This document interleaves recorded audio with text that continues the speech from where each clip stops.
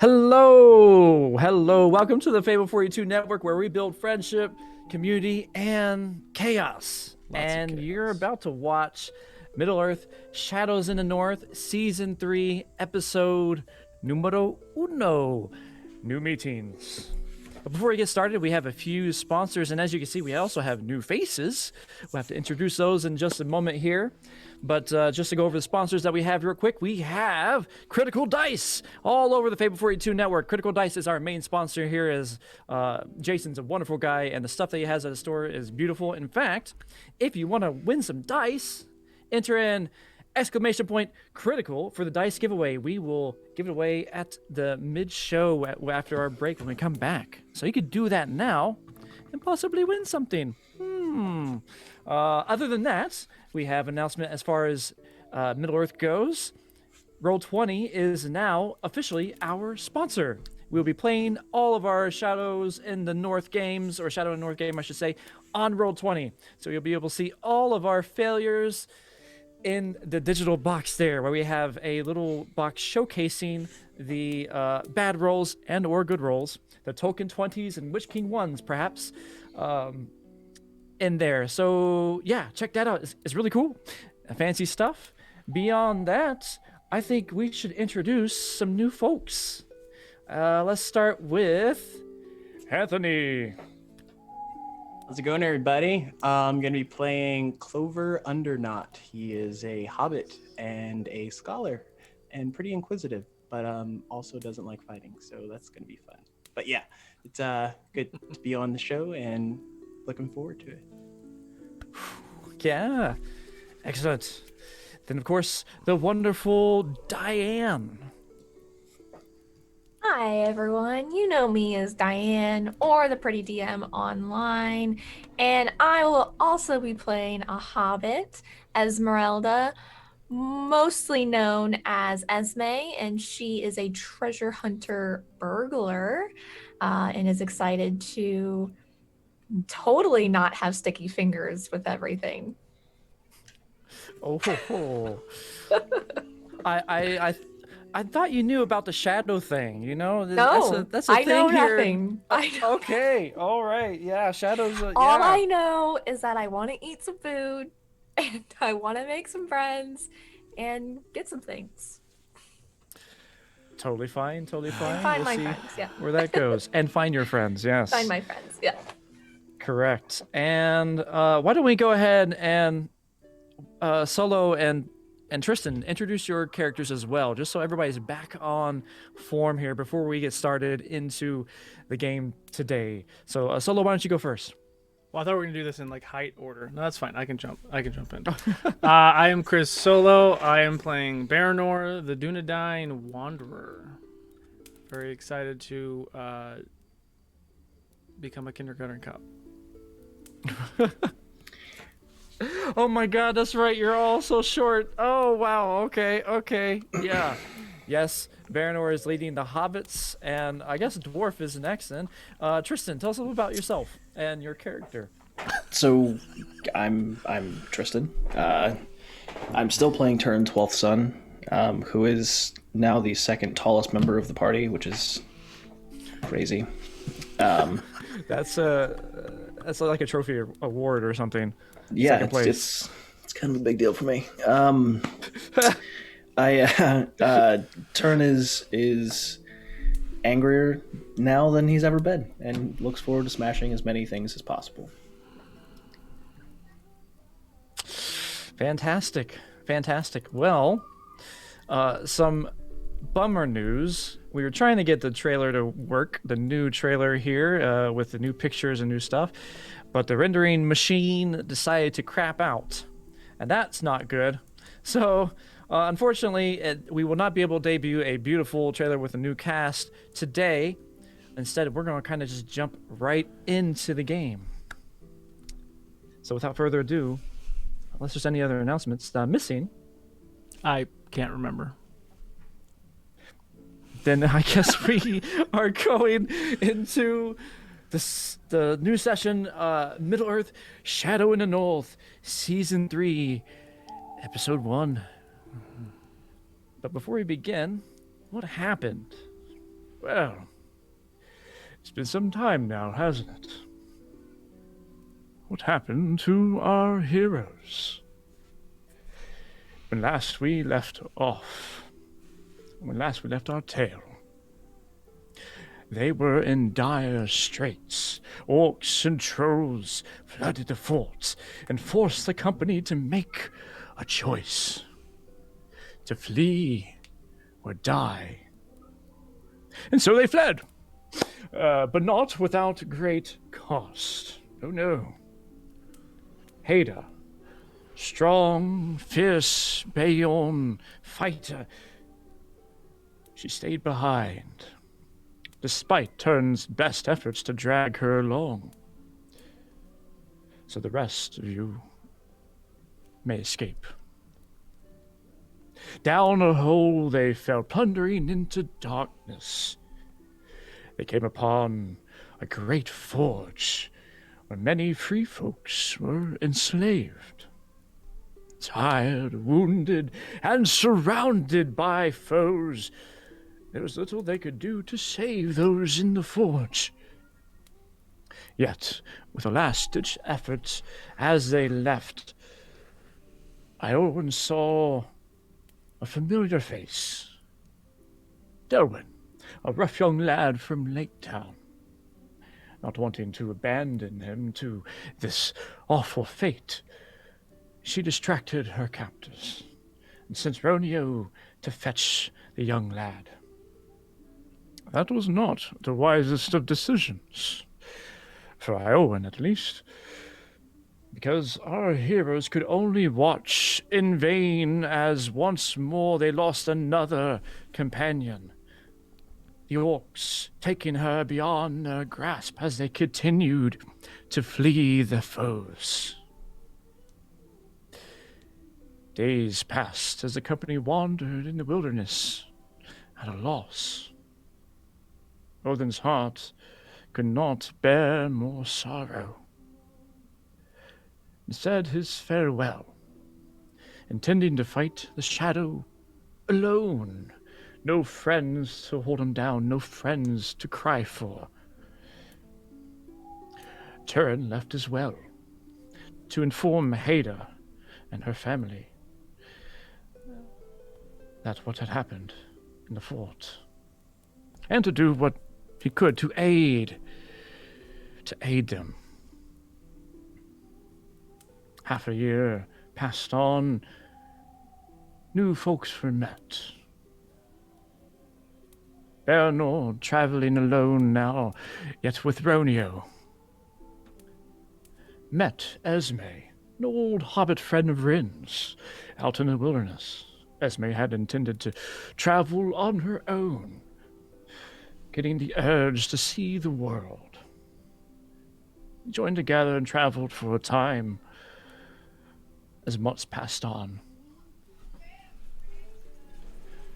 Whispers of shadows lingered on the ears of the free folk, though, and unable to resist the urge to stay still any longer, Baranor sent for Turin to meet once more where the shadow was the darkest. The Vales of Gundabad. And that is where we pick up our tale. At Framsburg, deep within the Vales. You find yourself in a tavern. A fairly typical tavern, as some of you have moved about. It's rather normal. It's in the town of Framsburg, the town itself being these small hoveled buildings that are meant for mountain-esque folk. And having traveled for a little while, Turin, Baranor, and the little young lass Esme, along with Romeo, sitting kind of beside here, you're at a table, now joined together after 6 months have passed. There are people moving around. Not a lot. It's night, and most are ready to rest. but you can hear the crackling of the fire burn as they essentially pack up for the night. A maid comes by and offers you a last little bit of ale. Any ale for you before we close up? How much have you got left? Just a little bit, but I can pull take it. out in the stock in the back. Oh, well, all right. And for you, too? I'm fine. I think I'm all right. I'm all right.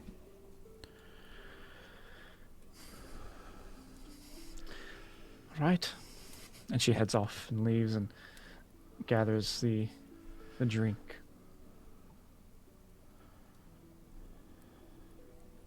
And Sizemore, we met here, correct? We You met here. converged here. You converged here. You may have chatted for a little bit. Your bellies are a little full as you ate a little bit, but you feel like you have so much to catch up on still. So, forgive me, I was taking care of loud neighbors. So is this when Turin came back from Hada's house? Yes. we're Well, connecting back? unless Turin has done something else. This is 6 months past since that time, and Turin, at the very least, you know that he went that way. Okay. Did you take care of everything?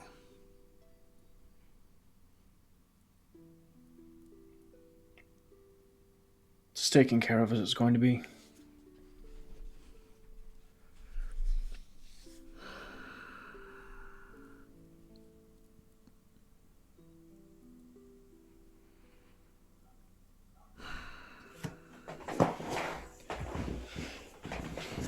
Is Esme at a different table? She could be moved over to the same table if you'd like. I was just curious what she was doing. Yes. I think I was right there, but I could wander away. So what now?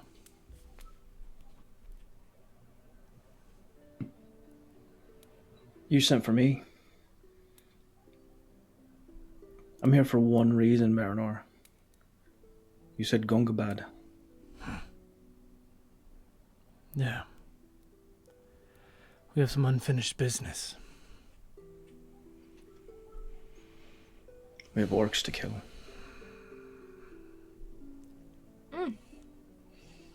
Seems like quite a task. Do you think could find my friend here?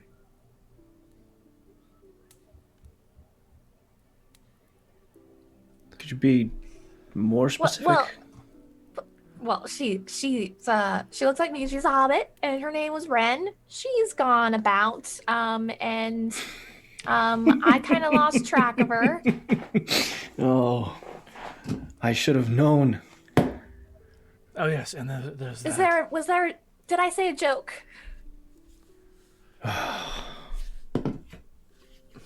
It's been a long 6 months. I don't remember saying a joke, but yes. It's not that funny though. She's missing. We sent her back home, right? Is that what we did? Last you remember is you sent her off to deliver the decrepit man, the one who was tortured, Oh god. down the mountain. You haven't heard from her since.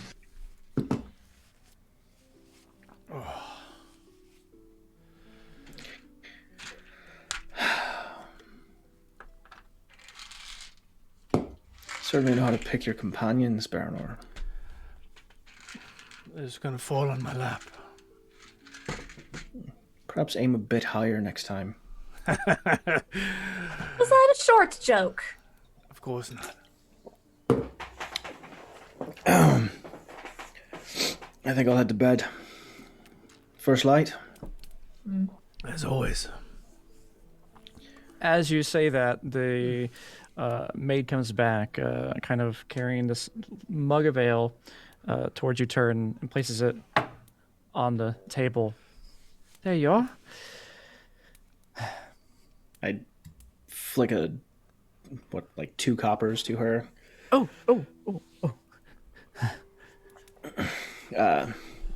pound it, and without another word, I just turn and go to bed. And as you hear that or say that, you hear a on the door out by the inn. Coming, just a minute. And she, excuse me, dwarf, please enjoy the night here. I don't know what reason you're here for or why you need to drink as much as you do, but try to be a little more cheerful. Excuse me. And she goes off to the side as she comes around to this point here and opens the door. Oh, another hobbit. Fuck. Come on in. We have a bit of room here. As this small hobbit begins to enter in.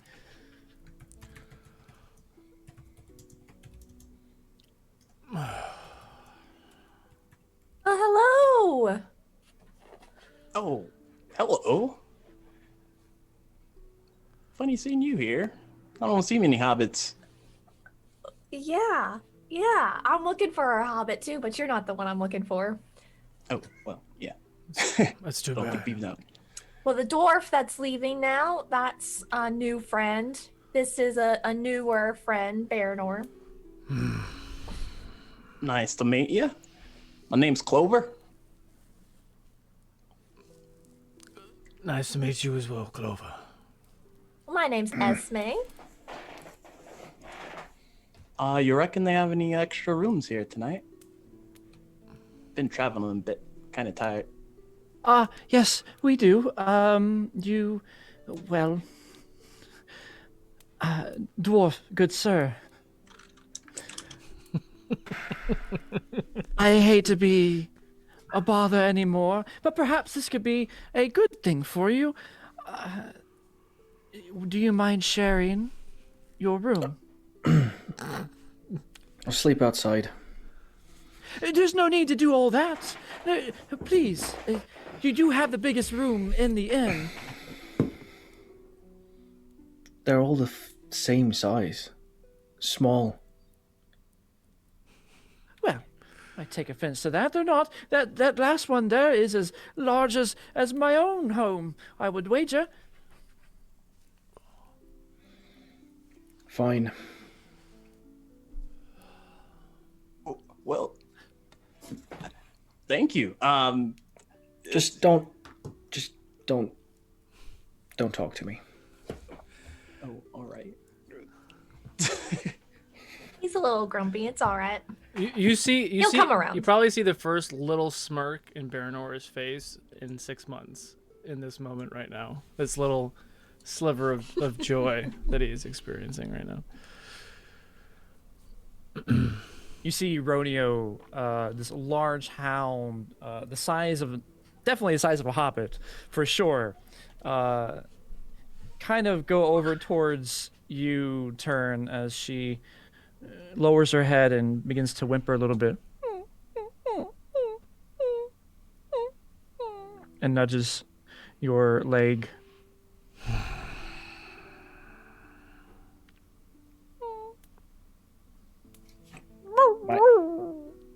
My leg, Baranor's leg. You're like, Your leg, Turn. My leg. Yeah. he knows better. Fine, you can come too. Let's go. As she kind of and begins to wag her tail, ready to go with you, essentially.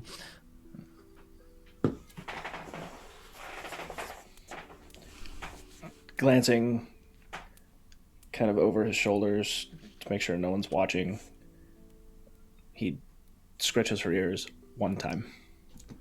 Can I roll a perception check? What's your passive perception? I think it's high enough anyways. I don't know. 15. 15 is your passive perception. You do see it. Okay. I don't say anything.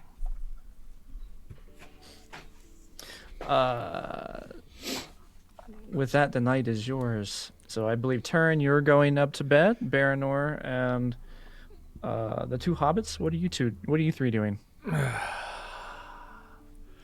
playing Candyland. Is there anybody else in the bar? Just the maid and then the bartender who is clean up as well. The owner of this fine establishment. So, Clover, what is it that brings you here? Where are we? I forgot. Fromsburg. Fromsburg. Oh, that was my... Gundabad. Was that the one that I was pointing out before? Yep. All right. What brings you here? Well, a bit of travel, adventure. Not really the adventurous type though, so mostly the traveling portion. Really? I couldn't tell. I thought you were very well versed in traveling. Oh, well. No, not quite. Yeah, just out looking about, that kind of thing. Nothing. Sure, yeah. Well, do you have any special sets of skills? Yeah, you better than Same I questions he asked me. Oh, skills. Well, I like to read, and and he like reaches through his bag and pulls out like a little vial. I make salves. You familiar with the King's Fall? thought. Very uncomfortably familiar with it, yes. Oh, yes. Well, I like to do that kind of thing. Interesting. Yeah. You should probably...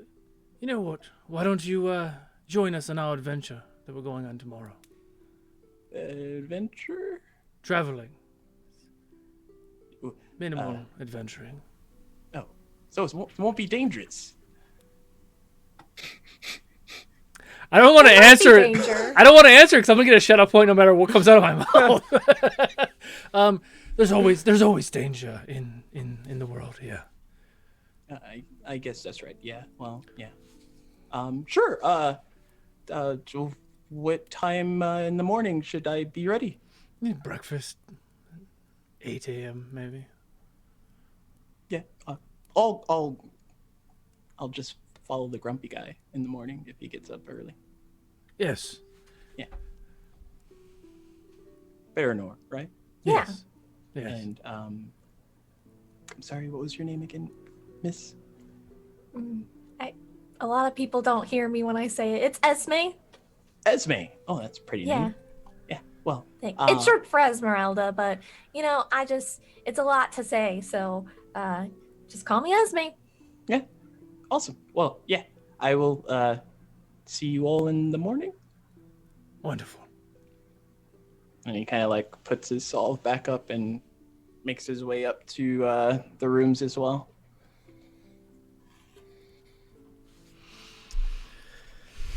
And maid comes back. We're going to close now. Do you want to sleep now, or do you need any other food, or are you retiring for the night? Hey, do you have more food left? Not much. We'll have some in the morning. I can promise that. Just a wee snack, Well, please? roll persuasion. Okay. The first roll of season 3! Yes. First roll, season 3. What does it bode? Persuasion. Oh, gosh. Ew. Oh, that's Hey, not bad. a It's a 17. 17. 17. Well, I have something. Just a bit of scraps. A little leftover bacon that's cold from the morning before. One moment, I'll get something for you.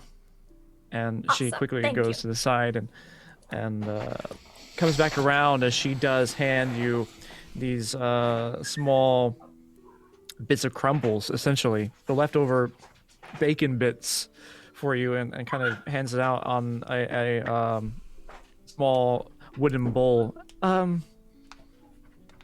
Will this do? Perfect. I'm glad someone enjoys it. It was going to go to the animals, and sometimes they don't like it.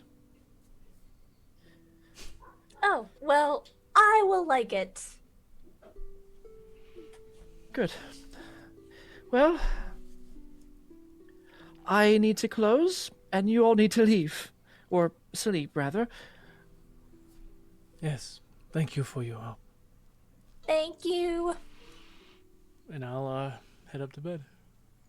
Most welcome. Same. And you see her exiting out as you all begin to enter and go to sleep. As you enter into your rooms, is there anything you'd like to do before the night wanes on? Clover and Turn are in one room. I assume Esme and Baranor are another, or do you have separate rooms? I mean, whatever is fine. Yeah. No. And Romeo is yeah, with probably. Turin. So is there anything you want to do before the night ends? Clover's attempting to not make any noise when he goes into the room as not to disturb her. But he has like a backpack with like all these files and other things that jingle jangle as he's taking it off, but he's trying to do it as quietly as possible.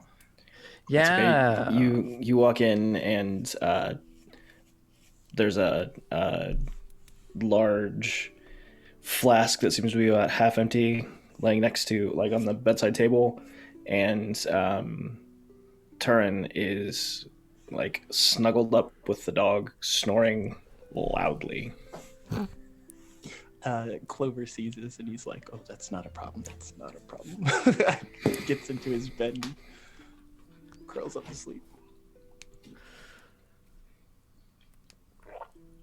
With that, night passes on, and as you slumber there, Turin, your mind is filled with visions you haven't seen in a long time.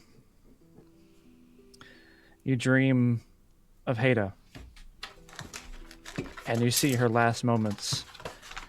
You hear the echoes of her voice trail off as the last thing you see played over and over in your head, your arm reaching out, trying to grasp her, and as she's pushed you down and she slowly turns the other way to face on the horde of enemies that are charging forward as you tumble into this darkened abyss.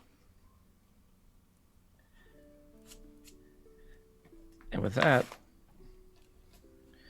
morning rises. And you can feel the heat as the sun kind of billows in, the rising sun filtering through the window panes, the foggy window panes of this small village home in the mountains. And with the windowsill slightly cracked, you can hear the wind kind of going in a little ways, like a type of feeling as the chill of the morning is sort of juxtaposed to the warmth of the sun's rays as it hits and westers on your east on the eastern side onto your bed. And you hear a knock on your door. Breakfast is ready. If you'd like to have some, we have bacon, a few cheeses, some fine goat. When you're ready. And then you hear footsteps as she walks back down.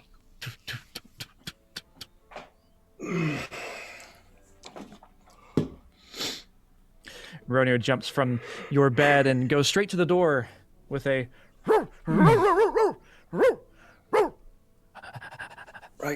Right. Not so loud. 2 seconds.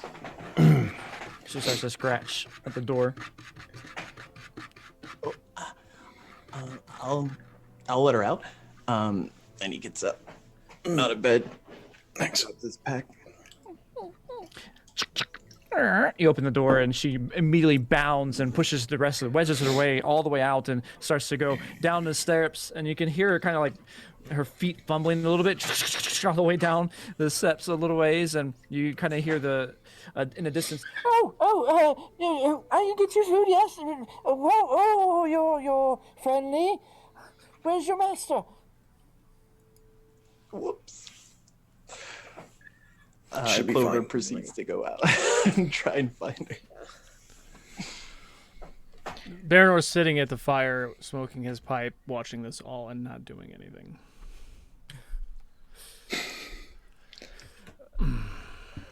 I am definitely eating. And Turn sits on the edge of the bed for a few minutes and replays the dream a couple of times. Downs the remaining contents of the flask and heads downstairs. As you get downstairs, you see the young woman as she moves about in her blue sort of gown, almost with an apron over top of it, this fluttering from table to table. There's only two other people in there. A ruffled-looking man and these huge furs, not unsimilar to what Haida would wear. And it sort of gives you this feeling of a remembrance, so to speak. You kind of remember once more the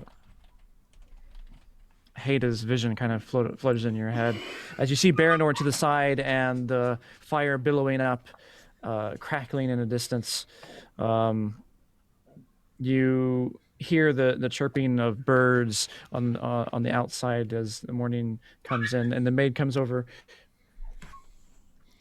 Here's your food. And she comes to you, Baranor, first. Would you rather sit at the table as opposed to the fire? The table is fine, yes. Same table as last night? Sure. Thank you. Good. I'll place your food there. And she does set the table around that area, allowing you to kind of coalesce around there. Oh, Master Dwarf, your hound seems to be. Yes, the food is over here on the table.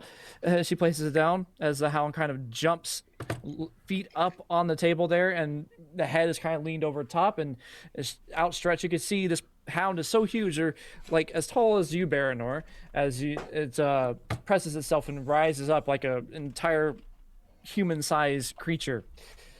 And starts to pant a little bit. And other Master Hobbit, I believe you. Did you sleep well? Yes. Yeah. The food is on the table for you as well, and drink. Best morning to you. Need anything else? Ale. Breakfast ale. Breakfast ale? Breakfast ale. That's 2 ales with an egg in it.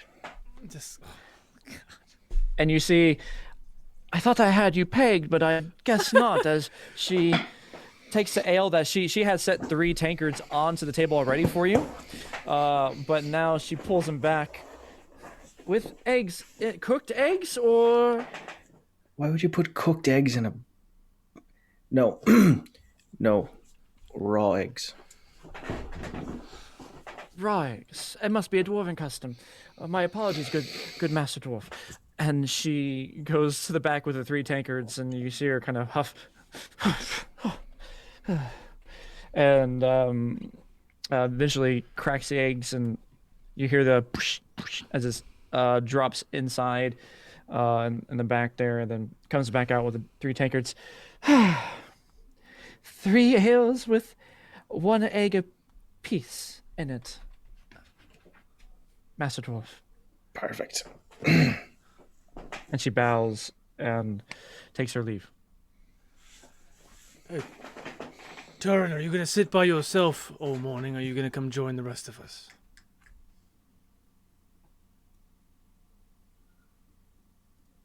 Not before. Just trust me.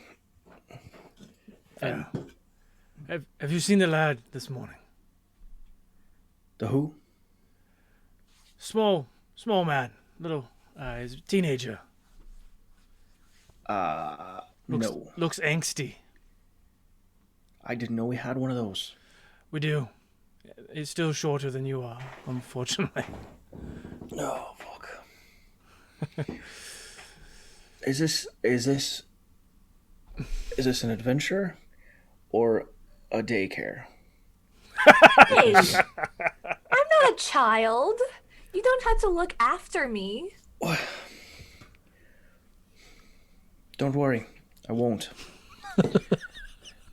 And he one, two, three, just downs all three of the ales and the eggs, and there's little bits of like yolk dripping down his beard. Well,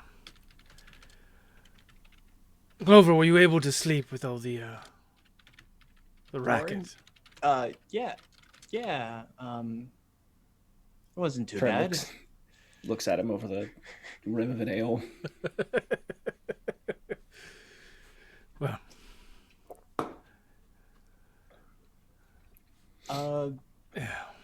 Do you know where our adventures will take us today? Offhand. West. West. I was heading west. Yeah, that should work. Perfect.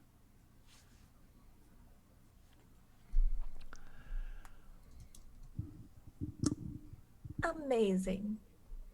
As you begin to have your food, you see the door open with a as these three strong, burly men kind of come forward. Ales for us, please. We'll sit at our regular table. Who's that? Oh shit. Is he looking at me or at Turin's table? Your table, Baranor. All right, yeah. Fuck. Do I see this? Oh yeah, they're being loud and proud. Like, this is their normal table that we're sitting at? Is that the vibe? That is the vibe. They are Okay. looking right at you as the three of them stacked really, really well. As they come over, their axe kind of slamming onto the table nearby. Oi! And slams the axe, and there kind of embeds onto that table beside. Good morning. You want to join us? I want our table. You're sitting in it. Well, we had this table last night, so they gave it to us this morning. I don't see the issue. You can join us. I don't think that's a problem. Right, Baranor? Right? Baranor? It's a little crowded, but we'll be done here shortly. Clover's just like shoveling food into his mouth to try and hurry up. You gotta get that food in. Can't leave the food. What's the meaning of this, Philly? And she looks over. He looks over to the woman. You were out for weeks. I thought you were still hunting. My apologies. And she kind of comes over to you all. This is their regular table. Would you mind? I mean, I have 3 plates here. Her eyes look like she's begging, and she's like,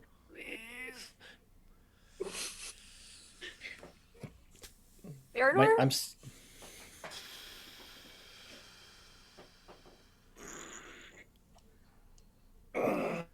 You know, that moment when you realize the cool heads of the group aren't here anymore. Turin. Well, No, hold on. First impulse roll. Oh. how do you roll this a straight? Is that good or bad? I don't know. Turin walks over from his table,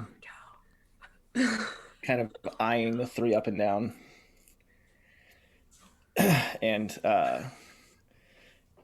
gives a big stretch, obviously trying to, kind of show off how very stacked he is. Although he may be stacked a little shorter, he's wider. And as he gets closer, he saunters kind of mockingly the way that they had and slams his hammer down on their table What was your name last? Speaking to the barmaid. Frilly. Name's Frilly. Fucking course it is. How much do you pay for these tables? Baranor starts And to pull out some coins. You hear an audible gulp from her. Please, Master Dwarf. It's not about the money. Please. Are you in I'm danger? asking. Oh, that's a good fucking question. Are you scared of these three lunkheads? The regulars? No. Are they regular assholes, or is it just today? I can hear you. I'm right know. here. I'll get to you in a minute. I'm not speaking to you right now. As that happens, he pulls out his axe, tosses it onto the table. As it clatters there. I don't need an axe to take care of you. Good. And I hit him with my hammer. Roll your attack. Go for it. Surprise round. Or surprise, essentially. Oh God. We are in combat. Oh no. So that's a thing that happens. Just during breakfast? Just Sorry, wait until already second come- breakfast. Oh, God. Second breakfast! Oh God. Okay. All right. Let's see if I can't get you all on initiative here. I will. Let's see. I can stop it and then play it. So We roll. here you go. Yeah. No, it's already good. Already rolled for you. Boom, boom, boom, boom, boom. Unless you want to roll privately yourself. Well, turn does it advantage. I could change it. This kind of just pops it into place all at once. Neat. Oh, fancy like with using Roll20's API stuff in the community. Thank you, Roll20. Sponsors. Look at my roll. Ooh. Sorry, not 15. Yours turn. You did roll. I see Baranor did too, so we can go with that one. Edit that real quick. And Was that a natural boom. 20? That is not. That's a +5. But Yeah, 15. I like the wishful thinking. I like the hopeful hearts. Well, I'm just That's what saying you how need here it in Middle is. Earth. I mean, I can take the first one that you gave me. No, I'm kidding. Okay. And what's your modifier turn to your? It's 2, right? 2. Yes. By the way, as a reminder, you can go in your character sheet instead of doing like the roll that way. You could just click the initiative word in your character sheet, and it will add the modifier as well. So let's see. Esme is in here. Let's go in here. We'll do this. Pause that, and throw in what's some happening? random battle music. Is Delwyn not here yet? Not yet. Okay. I have the. I mean, I don't know if I like it or not, but I have the initiative order tracker on the screen too. We're playing with new Okay. layouts and stuff. Trying to show all Got the it. things. Oh, okay. So you have initiative tracker. Oh, cool. Awesome. Fancy stuff. Look at us and using all the tech. So real quick, turn. Yours was a 13 as your max there. I see Clover's a 14. Ronio's a 5. And these other guys here. Let me get them on the board real quick.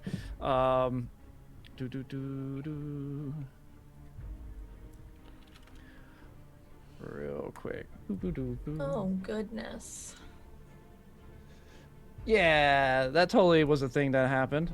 Let me just throw them in real fast. Initiative, boom. I got a nat 20, look at that. Oh, fancy. But my monsters always go after the heroes.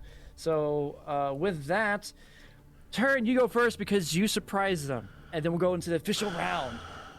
So turn, roll your attack. You got the full thing. Action, bonus action, movement. Nice. 1, So, 2, and 3. first attack is total of 20. Ooh, excellent. Second attack, total of 16. And let's see. I'm swinging at the same guy, so I'll just do Well, I wish there was an easier way to do this, but and I'm assuming that it's this guy, if I can remember how to. Yes. Ping Sirenscape things. Okay. keeps crapping out.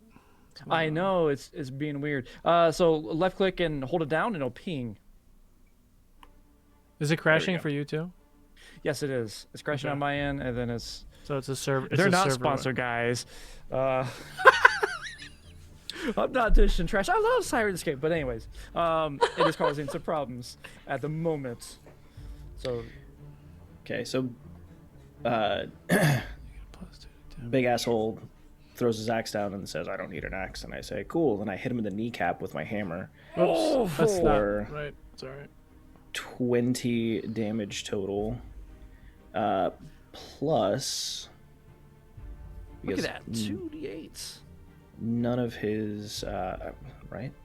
None of his companions are within 5 feet. There's one that's well, he's about 5 feet away. Yeah, no, there's nobody within 5 feet. Okay, So you gotta then do the extra damage. yeah, he'll take the Got it. additional 6 points of damage. So 26 points of damage to his kneecap. Oh. How do you break this guy? I'm assuming are you intending to kill? No, Okay. no, I'm How not. do you And knock him out with this? So, you know what? I'm not gonna go for the kneecap. I'm gonna first attack, smash his foot, like just edge of the hammer, toes, just pop. Oh. And as he doubles over in pain with a backswing, I'm gonna right in the chin, and I assume just Yes, he goes straight down, his eyes rolling back to the head.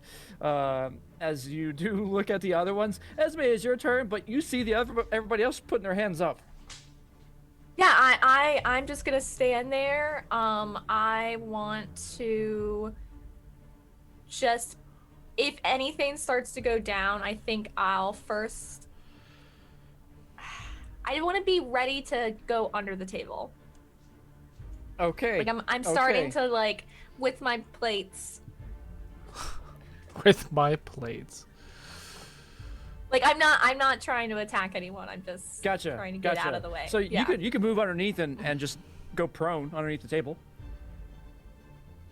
And Yeah, I think because I'll it's, do that Okay. with my food. Then with your food, grabbing the food, you go quickly scurry underneath the table there, hiding underneath, just kind of sitting there, probably eating at the same time as you continue to scrunch away. Baranor, it is your turn. With the thugs coming up next, you do see that as they're like, oh gosh, the two. So the one right here is unconscious, taken Okay. care of rather quickly. So real quick, because we switched my class and I can't find it on the sheet. How many attacks do I get?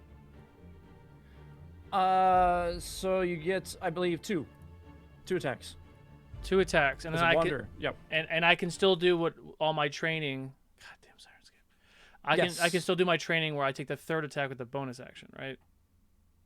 Yes. Okay. Cool. It got really quiet because Sirenscape. All right. So I saw Turin just totally wreck that guy. Right? Yes, you did.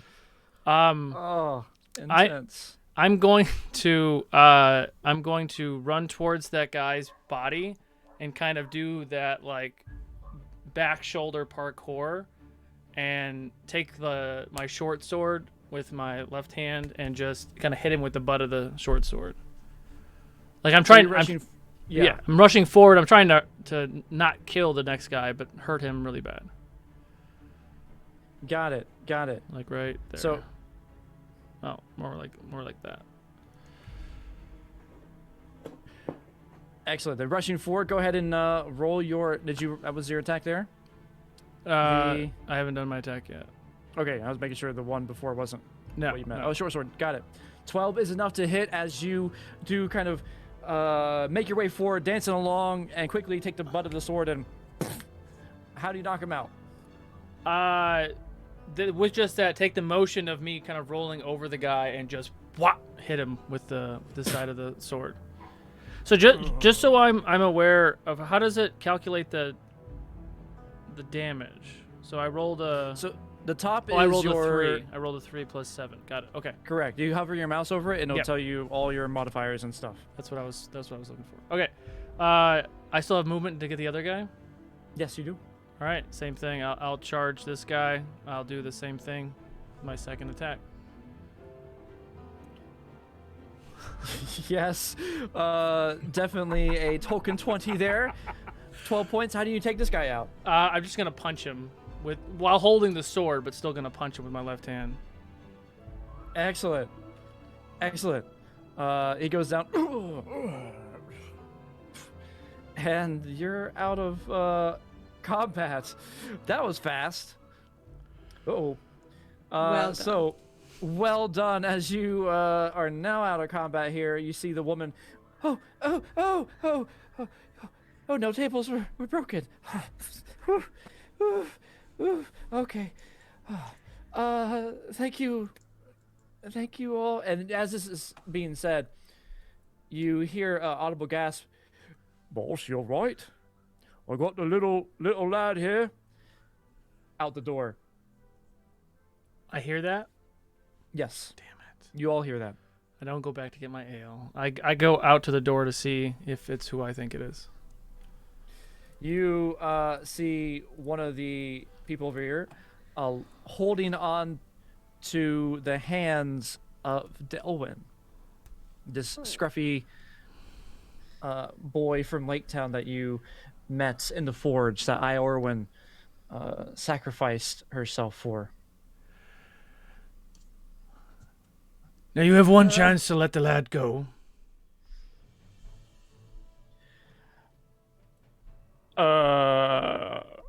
Where's boss? Are you talking about the 3 fits inside walk the up. room?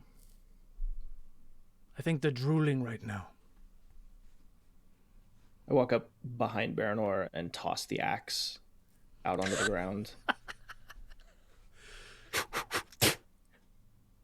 Oh, it's boss's axe. Oh, boss. Wrong. That's my axe now. He's sleeping it off. Roll intimidate. Do I have advantage because I have a big dwarf behind me? Well, one of you roll intimidate. You're kind of working and out together, so whoever wants to be the base roller rolls at advantage. Oh, that was 21, and then 21. Yeah. You want the lad? I don't need him. Good answer. Run on. Be a good lad. Go in to your new captors. They'll take good care of you. As he turns around. I'm gonna throw a dagger at the back of his head and knock him out. Oh God. Sorry. For both Turin and Baranor, I need you all to roll wisdom saving throws for me. Cool. And go ahead and roll your dagger throw. I will roll my dagger throw. It's 18 with 10 piercing. Oh gosh. You said wisdom save? I have advantage at that, so wisdom save. That's a hour good in. thing. An hour in. An hour into season 3. That took a long time. That took a long time. It took a long time. Excellent. So yes, unfortunately, Turin and Baranor, you both get a point of shadow as you do some moral gray activities here, scaring some people and perhaps not even knowing who they are. Morally gray? No. This is bad. We'll say I'm morally gray, just to give you a thumbs I up. mean, Anyways, they had a young boy held prisoner. No, I mean, yeah, for sure. But true, but did not starting know exactly. the encounter at the beginning Correct. did not know that. I didn't want him to go get more of his friends for more morally In either gray case, decisions. the dagger does clank Yeah. against his head, and you hear, oh, as he lands to the ground, and you Yeah, you got your points of shadow, and Delwyn is there. Delwyn, do you want to describe your character and what you look like? Sure. So I'm 5'6", young, man of the lake, a little scruffy looking, and with an oversized coat that's keeping me warm, and a nice little sword and dagger on my belt. There we go. Excellent. Excellent. Little scrappy, and yeah, he's got like as soon as he's released, he like, ugh, And you begin Sorry. to hear bounding, like, and out from the back, rushing forward, you hear the barking as Ronio comes bounding up towards you and jumps onto you. This dog, the size of your whole body, and pushes you onto the ground. Actually, make a strength save just to see if you could stay up on this thing. okay. Hold on. Restraint. That would be which one? I'm sorry. So if you click your character sheet on the left-hand Yeah. side, you can click the strength word, sorry. Left-hand side saving throws box. You should see saving strength, throws. dex. Yeah. Click the word strength, Okay, and it I'll should roll do- it for you. Cool. Yeah, but oh no, it's not enough as she puts you down to the ground, begins to lick you incessantly. It's like, Massive, he's like hugging rough him. tongue. Good, down. And jumps over to the side, prances off his hind legs, kind of bouncing back and forth as it can't contain. It's kind of bouncing from butt end to head end to butt end to head end over and over, kind of going around, sniffing you.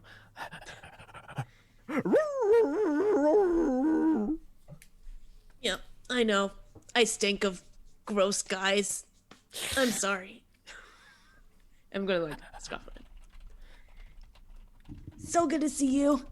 Hi. Guess I missed some stuff. I have a plate of food for you. Breakfast. Can't forget breakfast. Oh yeah, that's my favorite type of food. I'm gonna like run in to the plate and go through and just like sit down and gobble it up. Like haven't eaten in days, gobble it up. Baranor's gonna sheath his sword, grab that dude by his collar, and drag him back into the tavern. And like, hopefully, Turn will help. We'll pile them into like a little teepee, and I don't know if we're gonna tie them up or not, but Not at their table though. no. No. A We'll different kind of table. Keep them to the far table. Yeah, I will help put them in the chairs around the table on the other side of the tavern. Like here. Yeah, and Where we'll at? just Ping it. It will hold down. Like right there? Oh, I see. Yep, same page. Okay. and I will call over the Frumpy Penelope. Whatever her name was. Really? It's And give- Frilly, Master Dwarf. So I said, here, for your trouble, and a round of ales for that pack of douchebags. And I'll hand her a couple of silver pieces. Oh. Thank you, Master Dwarf. You want to give them ale? Well, they're going to have a bit of a headache when they wake up. Yes. Probably. Thank you again. Of course. Did you need them to be more permanently not bothering you? No, Master Dwarf. This is plenty enough to put them in their place. I don't think they will cause any more trouble. You let us know if they do. I'll come Just back. saying, I haven't killed anything today. Oh, no need to be all feisty, Dwarf. It's only morning. Holy Whenever morning. you rise her. We haven't. There's lots of daylight. We haven't even got to second breakfast yet. It's true. How much killing do you all do? cheese. Don't, please don't hurt me. I don't want to die. No, we're not gonna. We would never. We would never hurt you. Why would we hurt you? Well, I just, I'll go get the ale. Thank you. Thank you. Perfect. You're And- scaring her. She I'm goes, And fucking looking scared. across the table at Turin. Maybe I should bring my ale a little faster next time. Jesus. So Is there an Clover's age like, limit? and Is there an age limit in Middle Earth for drinking? not really. Whether Cool. you're of age, you're like it's Okay, time for you to go, 16 is son. Yeah, well, there's not a height requirement, so why would there be? Any? Yo. Right. Clover. Wow. Oh, Clover. The dwarf gets to make height jokes yes. That's pretty Yes. great, actually. That's pretty great. Clover, remember what I was saying yesterday about there's always danger. Yeah. We'll protect you. Does this situation happen often? All the time. No. Hey, Turin. Guess what he can do? I'm going to say nothing. Or no, I take it back. I've got it figured out. He'll make a nice paste when a troll hits him. I was like, no, it's not a paste, it's a salve. And then I'm like, oh, wait, I get it. I got it. Well, yes, of course. But he also has a way with healing remedies. Yeah, just a bit. That's going to be quite helpful. I want to keep him nice Yeah, close well. to our hip. That shouldn't be too hard. He is hip height. Oh god, this is what it's gonna be. That's the next shirt. That's the first Middle Earth shirt for season 3. Is hip height. Hip height. Oh, Sirenscape. make a note of that, chat. Note of I that. don't even have a notebook out. I'm not even ready today. I got you. will. Yes, hip height. So she goes back, and you see her begin to put the tankards down and the veil, and then comes back to you all. Anything else for you? I'll leave you alone as the morning goes by. No need to get more involved than I have. Anything else that you require? I'm gonna reach my hand out and just kind of grab her hands and be like, "No, darling, you've been doing a wonderful job." And I'm gonna pull my hand away and I'm gonna give her 2 gold coins. I would like to put my hands out in the same way and grasp her hands and just be like, I would love more bread, if you don't mind. And like let it go in the same sort of manner. And she, yes, bread. And then she goes off, and you hear her kind of in the distance. And she comes back with a big smile on her face, with some bread, 2 big loaves, hot, steaming loaves of bread. Here you are. Thanks so much. Oh, really, we're tearing the bread already and just like jumping into it. Oh, it's hot. It's great. But it's hot. Eat slowly. You're growing. You'll have plenty of time to eat the food. Oh, thanks. It's delicious. You're most welcome. I will take my leave. Best of luck in your adventures. Will you be staying another night, or will you be heading off? We probably should be getting going before these lads wake up. Yeah. Probably for the Yeah. best. Do they have shoelaces? Asking for a friend. They have these sort of not shoelaces per se, but they have these leather straps that kind of go into a button on their boots. Would I get a shadow point for asking someone to do something silly? Depends on what it is. We'll find out. Damn it. Esme, why don't you go practice being sneaky and tie some of the bits together? No I thought bits? you'd never ask. And I would love to sneak over there and tie all of their shoelaces together, or leather straps together. Okay. They're unconscious. The only person you're kind of stealthing against, which, by the way, your passive stealth is 17, which is definitely high enough to kind of scurry on through without being seen. You quickly dart over to the side and duck underneath the table there. You see the latches that they have, the leather straps. They're not really long enough, but if you splay their legs out really wide, then they can kind of connect from like one to the other, not to their own, but Yeah, to yeah, the other yeah. person. Even better. So slowly moving their legs so gently.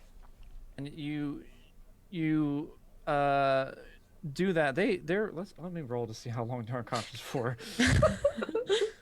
3 hours. Okay, they're out. Yeah, so not a problem. You ever so gently take each strap and essentially reverse it. One person's strap going to the other person's boot as you.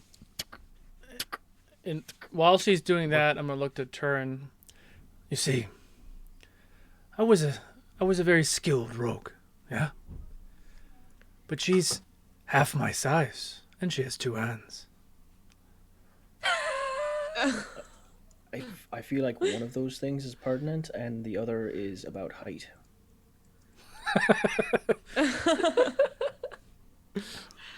I mean, I couldn't crawl underneath the table and do that. Not with one hand. No, of course not. I can't tie anything with one hand. Son of a bitch. It's good to see you, brother. It's good to see you. Right. When do we go and kill all the orcs? How about now? Orcs? No, it's a metaphor. Let's go.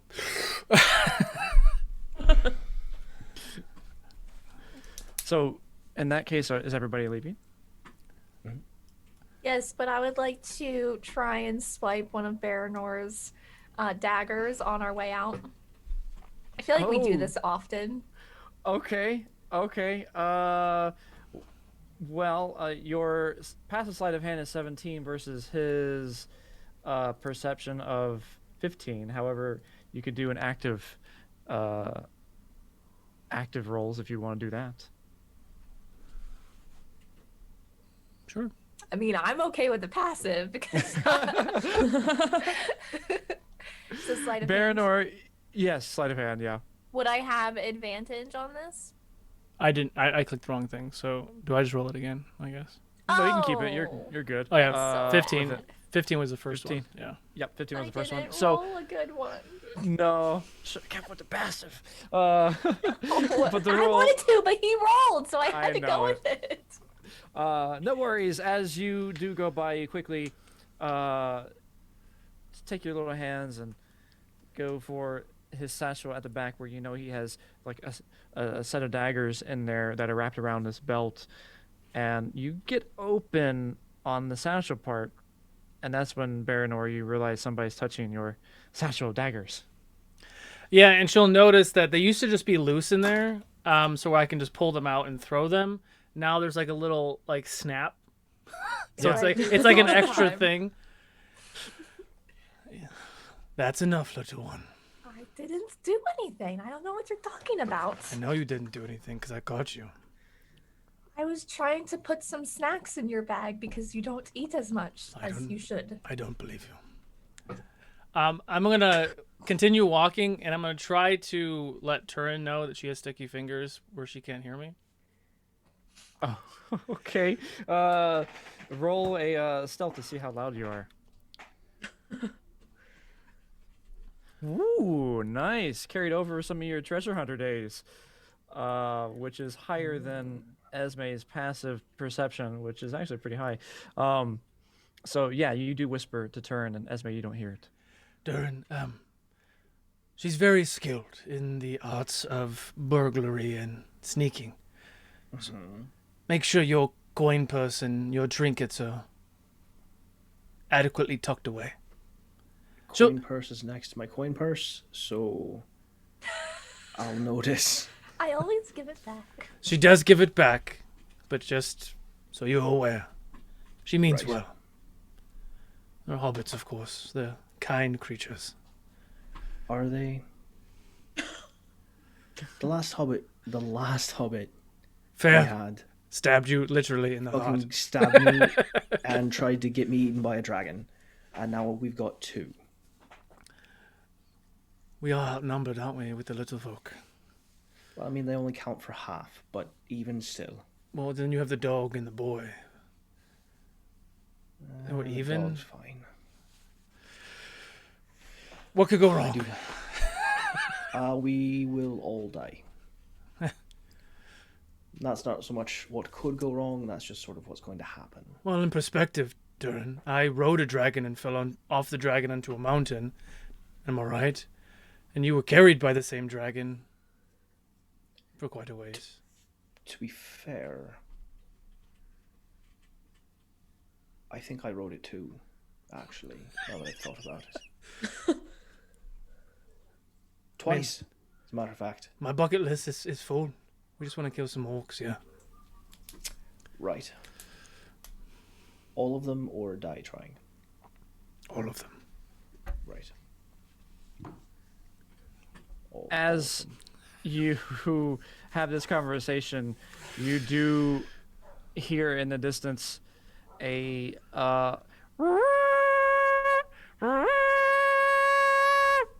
as a horn kind of echoes out, and Ronio, she immediately barks and kind of howls out in response with a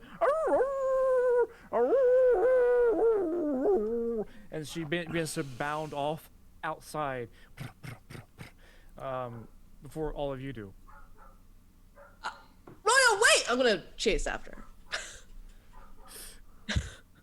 You Also chase after her, and as best you can, as you exit outside, you see these grayish-looking creatures, very familiar to your captors from before, with arched bows pulled at the ready, and you see 3 other people, free folk, lined up on their knees. About to be executed?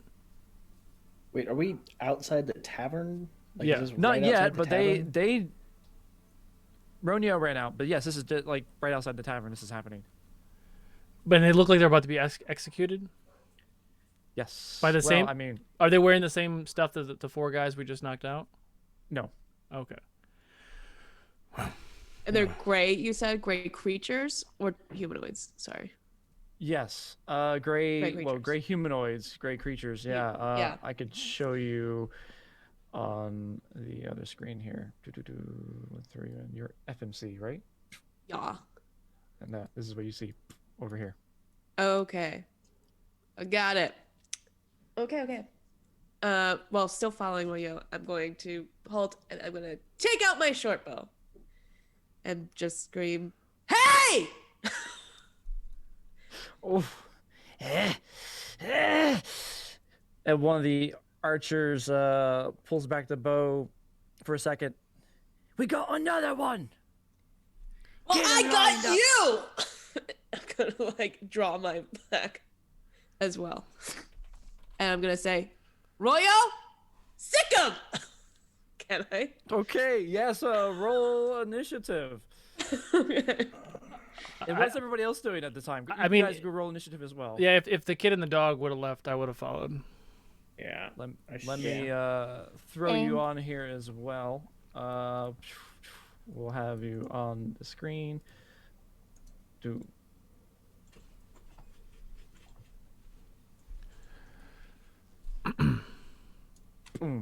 Right here. Is that upside down? I'm confused. It looks kind of upside down, but it's not. It's actually right side up in this case. Interesting. What? Maybe it's upside down. Let me look and see. My brain is not computing right My now. brain hurts. Yeah, it looks a little like Alice in Wonderland-y. It is a little Alice in Wonderland. It is upside down, kinda, but the rest of the map, as it continues on, it goes back to right side up. So it's kind of showing a centerpiece up to. Anyways, it's actually legit fine, kind of weird esque, as if it spirals out and gets. You see all angles of it, and it's a strange map. Could have chose a better one, but in either case, that's what you see. Okay. But in that case, you are in initiative once more as these archers rise up and pull back their bows, ready to attack. And I can go ahead and get you on initiative again. Cool. Let's see. I can't see those guys because I'll see if I can fix that. There we go. And let's get some. Oh, I rolled so bad. Let's throw on some music. How did I rolled a 1 apparently? Yeah, Excellent. That's the second 12 I've gotten for initiative so far. Let me see. And did you all roll individual initiatives to see here? That I'm just making sure that. Yeah, I did, yeah. I rolled 1, but I guess we didn't have the tracker up. No, it's in there. But let me see. Ooh. You have a 9 for you, I believe. I see 9. And Baranor, I see 19. And Delwyn, 18. I do have advantage on initiative, however. Did I get Delwyn on here? Your name, Fran. Yeah, I don't know why it's named Fran, but So you can roll initiative again, turn. One more time to see what it looks like. Clover is 21. And turn is 15. And Fran was 18. 18. Yeah, you're good. Okay. In that case, and then get these guys on. Here we go. We do. 15 for them. So in that case, Clover, you're up first with Baranor up next. Clover, what do you do? Okay, I'm gonna use my movement to go over here, since I don't have any distance weapons, and pull out my dagger and just like wait in case any of them gets close. Got it. So you're putting on a dagger in case somebody gets close, and you're sitting here waiting. Ready action if you get close to attack. Correct? Yes, correct. All right. You move over to the side, get your dagger ready. Then we are on to Baranor with Delwyn coming up next. Baranor, what do you do? What did we decide? Me shooting the crossbow? It's action. Is it? So you can't it's do that 2 times. Yeah, action. Got it. Okay. Yeah,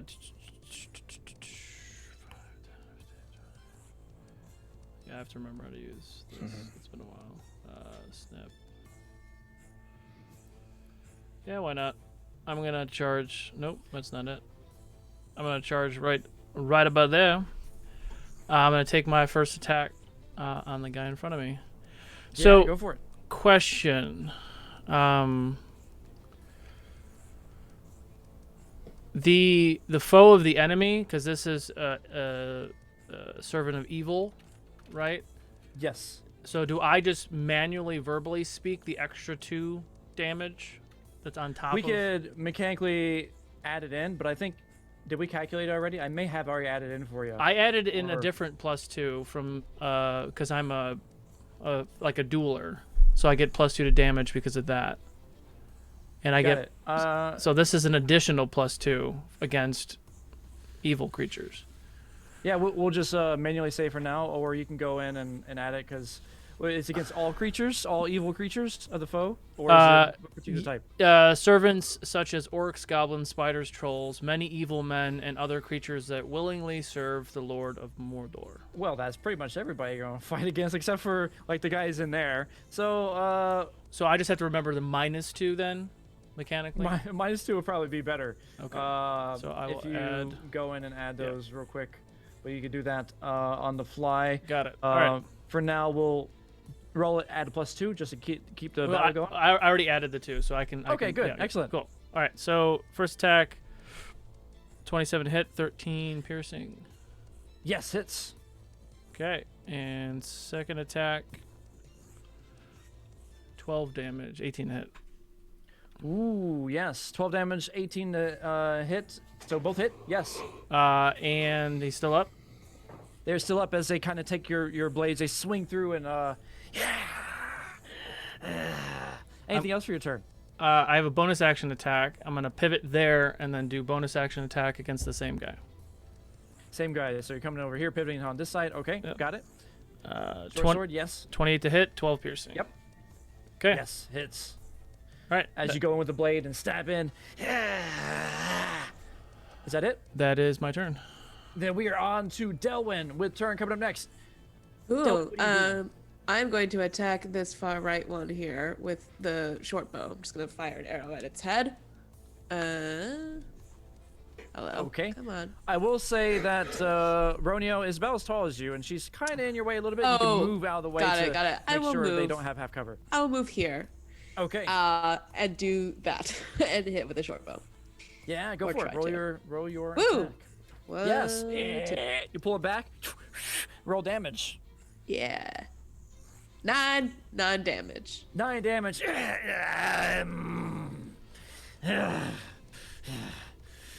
Anything else for your turn? As a bonus action, I'd like to give inspiration to Clover, who's nearest me. And I'm just gonna be like, Clover, I don't really know you that well, but I hope you do really great. You can do this. Excellent. Clover, you feel inspired by the words from this stranger, this young lad. You have a D8, I believe, is what it is.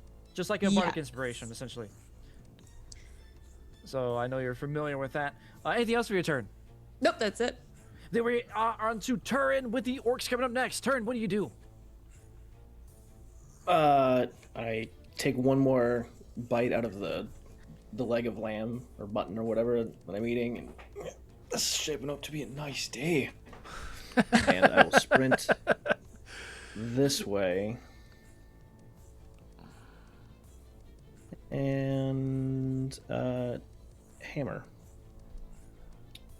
Yeah, go for it. So was that a 16 to hit? Yes. Yeah, that just hits. And then I had to build this. I see. You can click the name on hammer, and it will in the chat box. Click on the hammer of turn 12. There you go. Yeah, well done. Yeah. 13 and 2, 10 and 7. Ooh, that's nasty damage. On the one in the center or the one on the right? Remind me again. So the one in the center. Got it. So how do you kill this one in the center? I think I'm going to come in with an uppercut with the hammer and try to pop his actual head off. Oh. Yes. Yeah. With that sound. Yes, it just rises up as the blood begins to, black ichor begins to spew out on Baranor and Turin, painting you with this sort of war paint of your enemy. As the creature dies, and when the head kind of spews and goes backwards and flees to the ground, rolls over like a soccer ball, and begins to make little black spots onto the green grass. Anything else for your turn? Was that one attack or two attacks? I'm still struggling. That was 2 attacks. 2 attacks. Okay, cool. And then the 6 like bleed over damage to the guy on my right. Excellent. As you slam your hammer in, it kind of curves around, and you see the eyes kind of go back. As he kind of darts and covers over from the damage that you just did to his buddy. And he does take a little bit of damage as he kind of cries out. And then in reaction, he backs up a little bit, but as he does, he grabs his bladed short bow. His short bow has a blade on it, and he kind of rises forward and swings out towards you, Turin. 2 times as he gashes you with the wooden bladed side of it. 1, 2. 21, 26. Both hit. Somehow. Both hit. 17, 30. So 17 points of slashing and 3 points of necrotic. 18 points of slashing and 2 points of necrotic. You're not raging, are you? No. Got it. All right, just making sure. So that would be the full damage as they kind of, dwarf.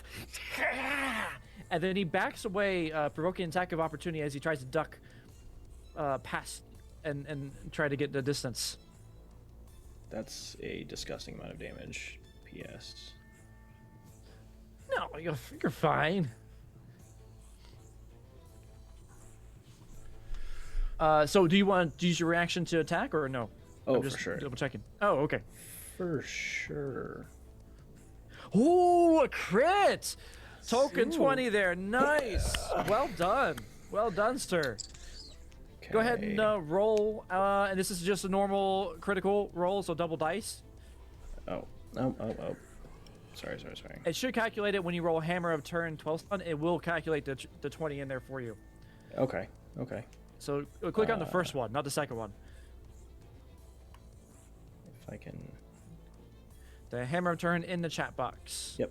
Yeah, there we go. So there's an 8, 6, 14, 8, 8, 16, 14, 18.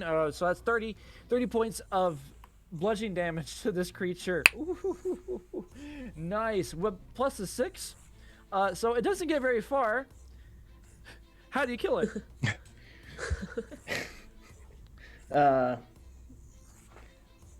Probably kind of the same thing, but from like he like stab and then turns to run, and is like, I'm out of here. And I'm like, Right off. Whack-a-mole. Another head pop? Oh gosh. You're golfing over here like the legendary Hobbit who invented golf. Oh my god. That's a lore drop for Tolkien fans out there. Anyways, well done. And I think there's one more as it comes towards you, Baranor, brandishing its own short bow and pulling out the little blade. You see it kind of fling out these nasty looking hooked metal, dark metal on the ends of it as it rises forward. It swings out twice towards you. 1, 2. I think 24 hits, 12 does not. So that'd Correct. be 19 slashing and 6 necrotic for a total 25 points of damage as he gashes in. That's the end of their turn. With hang Romeo it. up. Yes. I get a reaction to attack. I was trying to figure out, is there an easy way to subtract the 25 damage? Yes. There you could do it through the bubble, but you could also do it in the current hit points in your sheet. Well, as you subtract. No, you'd have to do math. Oh, come on. I could find an API maybe that could do it, but 20. You're at 69. Thank you. nice. Yeah, So so all I gotta do is hit you like 3 more times. okay. So I'm gonna do my revenge, which is my reaction whenever someone hits me, to make an Yes. attack. Ooh. Okay. That's Yeah, a go for it. Natural one, so I think it was. Natural 1. Oh, Does 11 lucky hit? 1. No.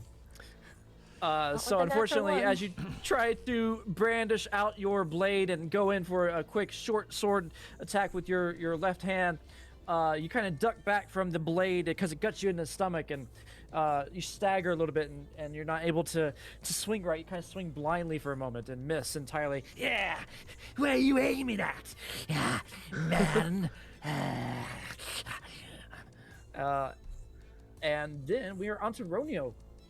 With Ronio being controlled by, I believe, we predetermined that Delwyn, you're going to control Ronio. Oh, exciting. Okay. Let me get her sheet up then. So let me make sure you have access to it. Yes, you do. Okay.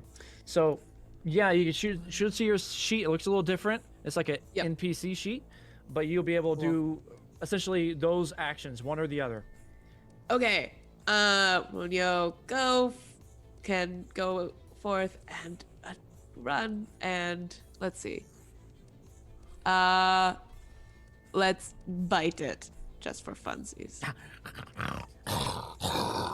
As she bounds up forward, go for it. Roll the attack. Hey, Yeah. hey, 19 Ooh. hits. Strength save. Yay. Oh, it did save though. So as she's biting down, gripping, biting on to the orc's going, "God, get off me, you damn hot. Yeah. And he tries to rip off his flesh as he pulls his arm away from the jaws of this creature. Anything else for Ronio's turn? Just like her to howl, please. War Thank howl, you. yes. Yeah. Esme, it is your turn at the last of the round with Clover coming up next. Esme, what do you do? Trying to figure out where I can go so I can hit someone. Okay. can go. Boop, boop. No, I don't know if you have 35 feet. You can go down this way to the edge. Yeah, I'll go there. And then I will shoot it with my short bow, and I believe I get advantage because I have friends nearby. You are one of those fancy folks. Yes, you do. So I will do that. Yeah, go for it. And it is a sneak attack, so you have the sneak attack on top of that. 16 hits. 16 just hits. Yes. All right, so that was just a roll. That wasn't the damage. Why You want is to click? not hitting? Why is it not rolling my damage? It's in the settings there in the gear. You could choose to automatically roll damage, or it's not set that way right now. But you can go into the chat box and roll off of the click the name short bow on the roll, and it'll roll it that way. But you can change that later if you want. Yeah. So 9 plus 19. Ooh, look at that roll for the crit. A 6, 5, a 6, and a 2. Beautiful. 19, 9 for a total of 28 points of damage as you pull back your short bow and it flies on through and it sinks right into his jugular. He's like, and tears it out. Anything else for your turn?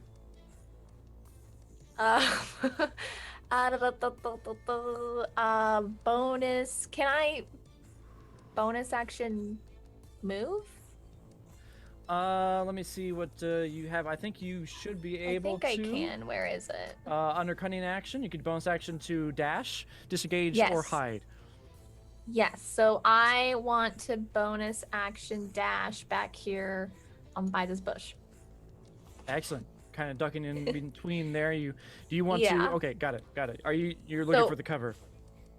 Yeah. Yeah. Awesome. Then we are on to Clover. Whoops, I went too far there. Clover with Baranor coming up next. Clover, what do you do?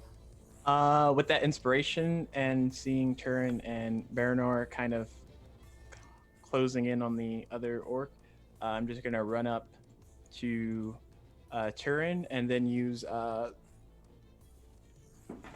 what is it? Hands of Healing. Ooh.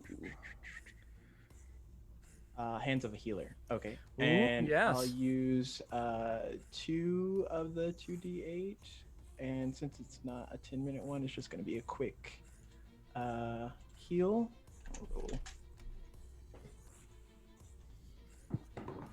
Oh. 9 points of healing.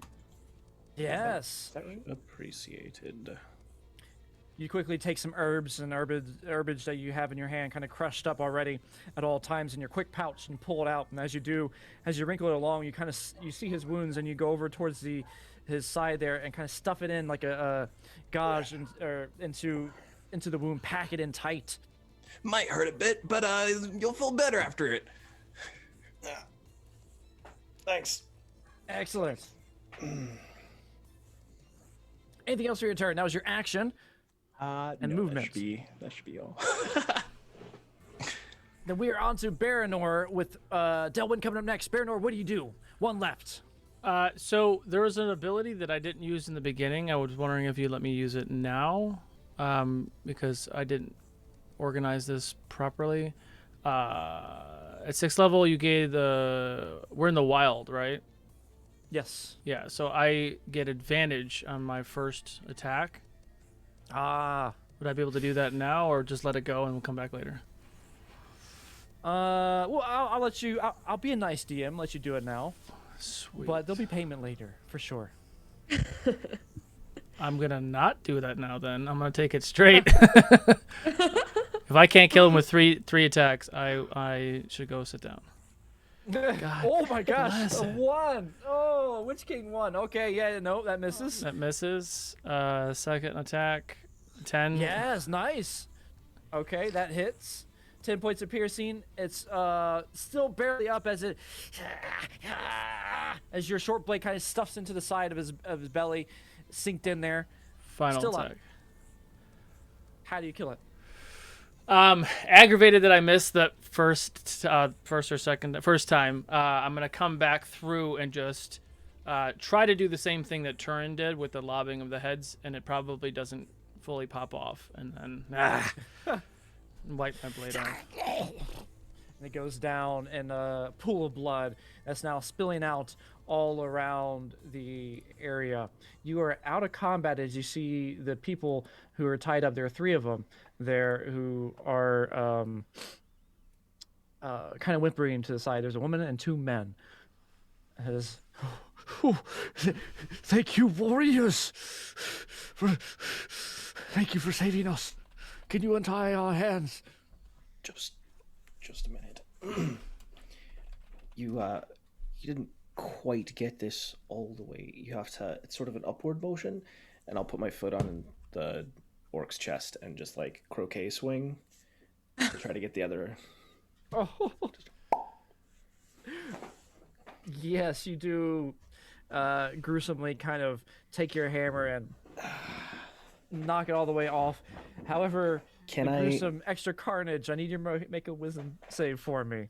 Sure. But can I, in true croquet style, try to knock one of the other heads sort of into this little clearing right there with the head that I'm popping off? Yes. Yeah, you can. Okay. Yes. Well, I'll say make an acrobatics check just to see how well you're able to aim here.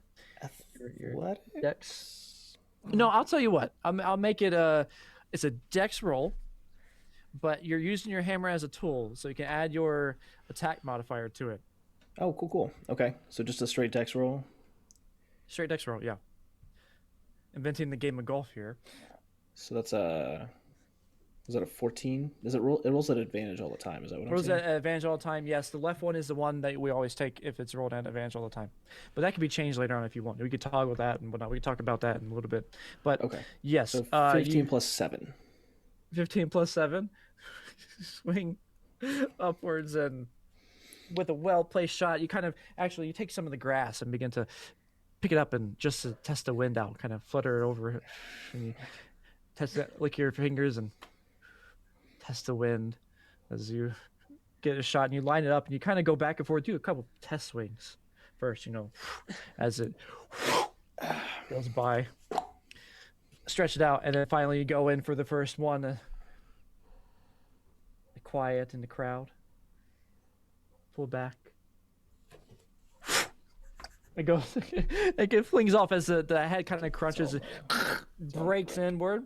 You see lots of the blood and brain bits and skull bits kind of splatter from the conking, and goes off, and you hear the ripping of the flesh as it goes off the neck and continues going forward into the other one. Well placed shot, sir. Have to. It's about. It's loft. You've got to get under the head just a skosh. That was a natural one, by the way, for the. Yes, I see that. Yeah. You do see some of the people kind of looking at you in disgust. Oh God! As they begin to retch, and as this is happening, as they retch, you get a shadow point, and we are going on our first and only break for the night. Awesome. As a reminder, last chance here to enter in the giveaway. It is exclamation point critical dice. Or no, sorry, critical. exclamation point critical. Yep. No dice. To get critical dice. Yes. Yes. And we'll call the winner at the end of the break. We'll be back in about 15 minutes. Absolutely. Stick around, see what happens next. It's going to be intense.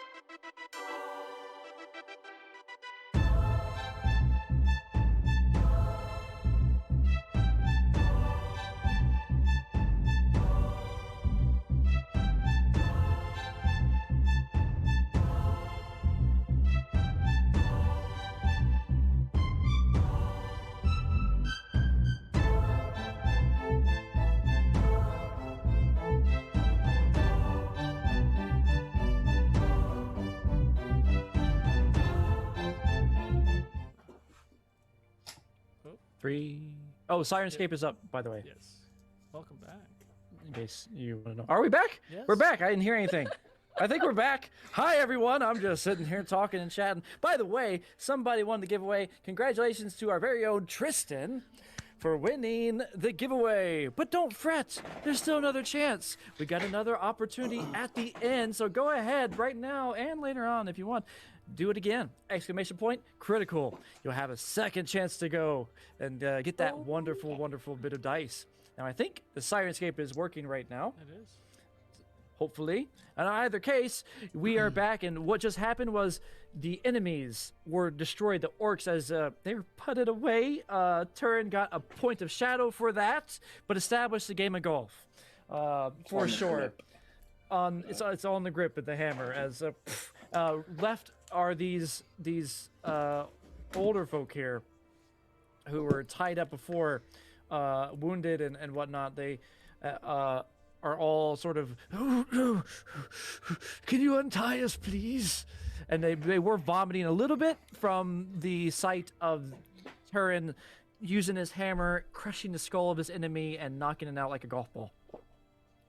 Clover's just gonna go over with his dagger and like ease his dagger down and like cut the ropes so that they're free, one by one. Thank you, little. Are you a child? No, not quite. I'm a hobbit. A hobbit, yeah. A hobbit? Yes. I don't think I've seen one of those before. Well, now you have. Now you've seen two. And you, 3 perhaps? I see 3 short folk here. I'm growing actually. But hi, I'm actually from Lake Town, but that's fine. I realize I'm a little short, but I'm growing, so yeah. Turin, are you still Who are growing? you? What? Valen is my name. Thank you once more for aiding us, but can you do us another favor? Sure. Depends on what that favor might be. The other folk had been taken. We were the only to escape because they led us here. They were going to use us as bait to gather more, to take back to their fortress. Do you know where that is?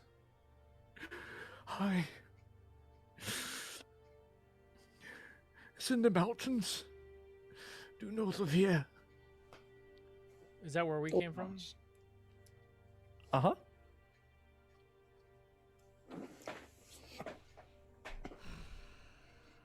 So how many others were there of you? From our own village, there's only 23 of us. But there are more, all brought about to make some sort of strange, large structure.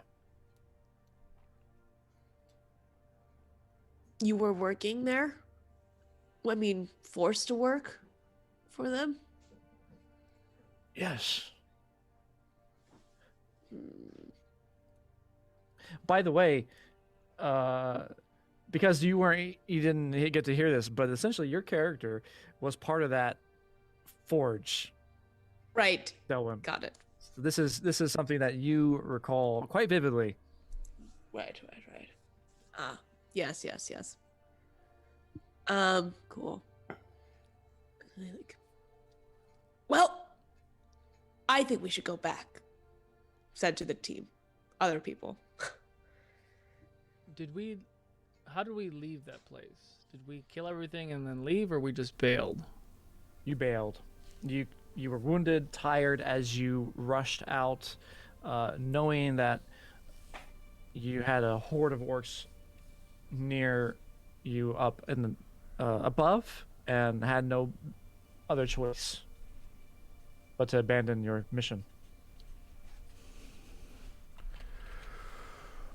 You can't just leave the others there.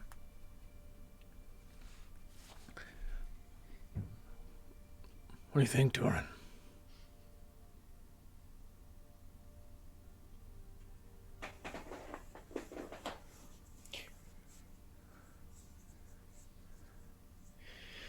I mean, this isn't meant to be a rescue mission, but it doesn't mean we can't untie a few folks, point them in the direction of the door. But there are like 3.5 of us. It's true. Could we even make it back there and out alive? We barely made it out the first time. I think you may misunderstand my reason for being here. I came specifically to go back there, and specifically to kill every orc that I can get my hands on.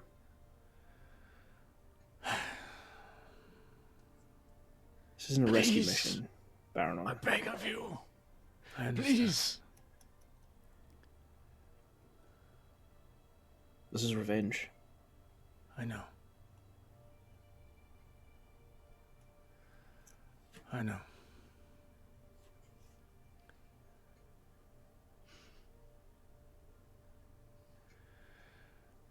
I'm gonna say something stupid. What if we recruit those 4 buffoons that we scolded earlier to assist us?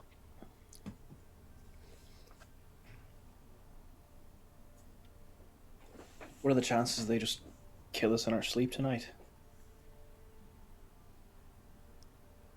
I mean, If I were them, I'd be pretty embarrassed right now. yes, but if you were them, you'd also appreciate a little more coin in your pocket. That's true. And I could supply them with that. And it would give me someone other than you to stand behind if we were into another troll. That is true. I'm just kidding, I'm not going to stand behind anybody. I know. I was gonna ask. Just saying. Well, Worth a shot. yeah, I guess it is. Fuck. All right, I'm gonna go back in there, and whichever one I thought was the leader, I'm gonna and splash ale in his face. Wake up, Okay. wakey, wakey.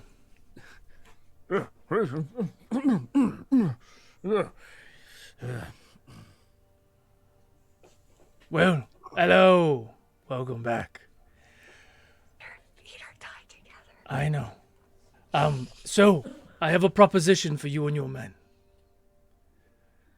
And upon accepting this proposition, you will have your table back. My friends and I are going north to save some of the townsfolk from an orc encampment. I'd like to hire you to come along with us. I'd give you each 5 gold, or 20 gold to divvy out between you and your men. He's still kind of groggy as he looks around at the table, seeing the rest of his men, or friends rather. They are down and cold, and looks back at you. I'll wake them up in a second if you accept this offer. His face kind of curls up, and you see his teeth. A lot of them are missing. You have gold. Sure do. Show me. I'm going to reach into my tiny pouch when I just have a little bit of gold, and I'm going to put 5 on the table. He looks down with wide eyes, Is that real? and he reaches out for it. Yes, it is real. And there's 15 more of that if you all come with us. And if one of your men happens to not make it, then you divvy out 20 gold between 3 of you. 20 gold, you say? That's what I said.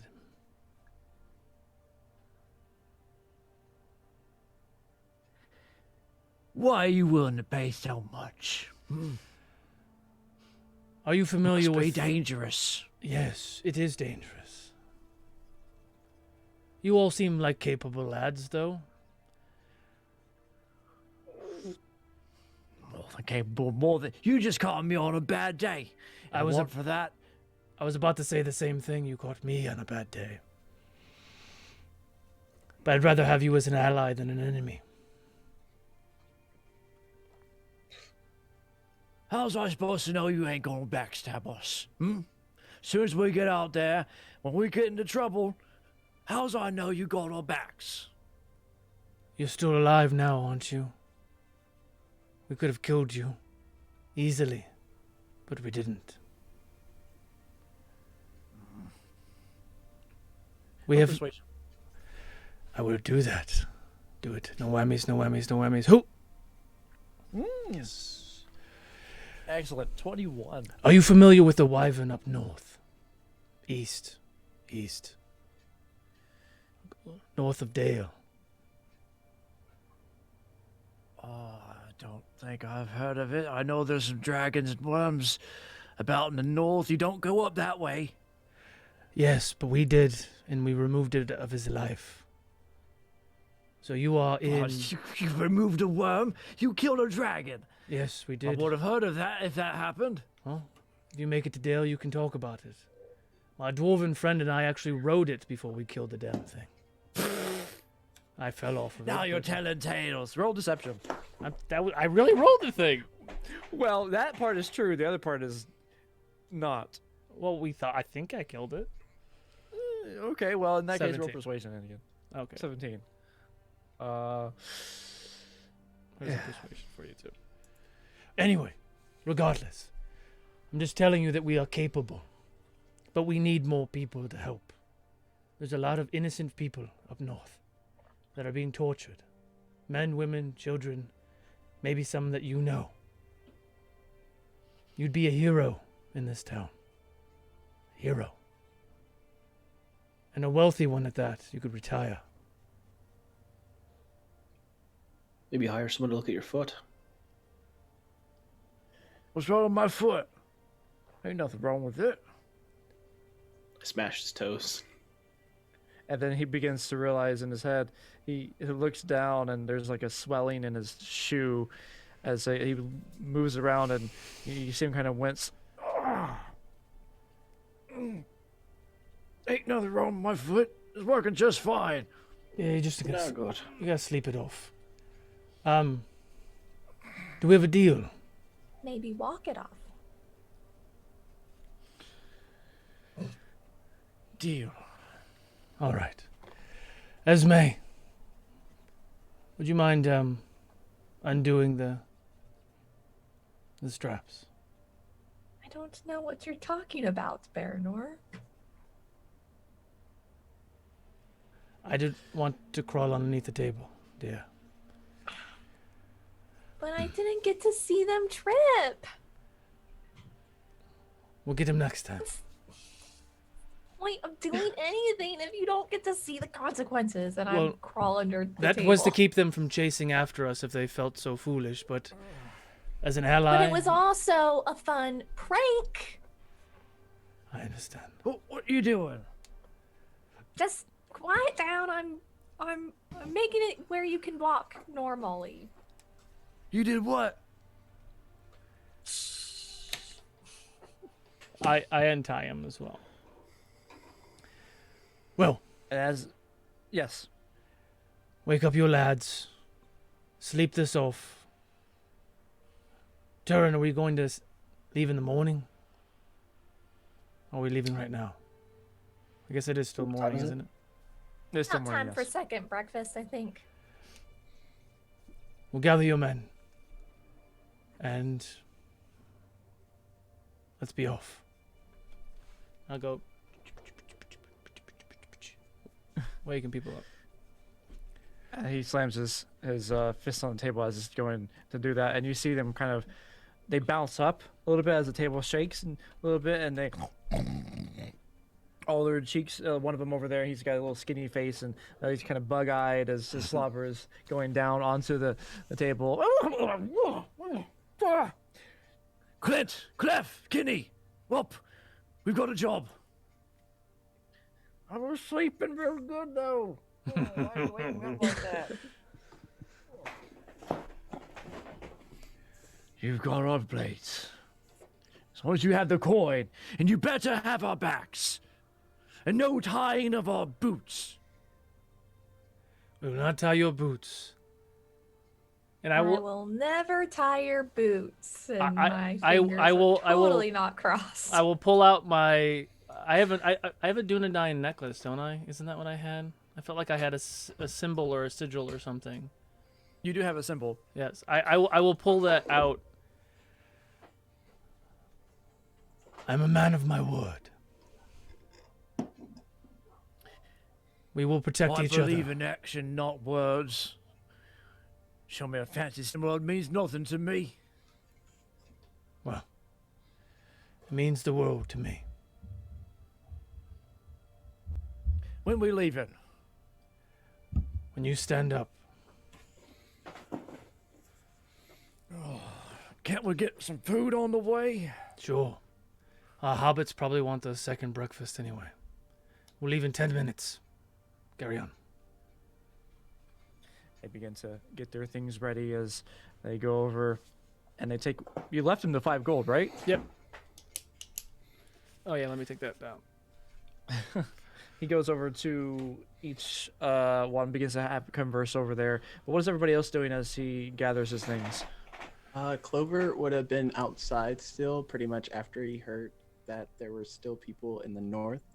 He would have surveyed the skies to try and see if he can find any eagles, so he can use his birds and beasts trait.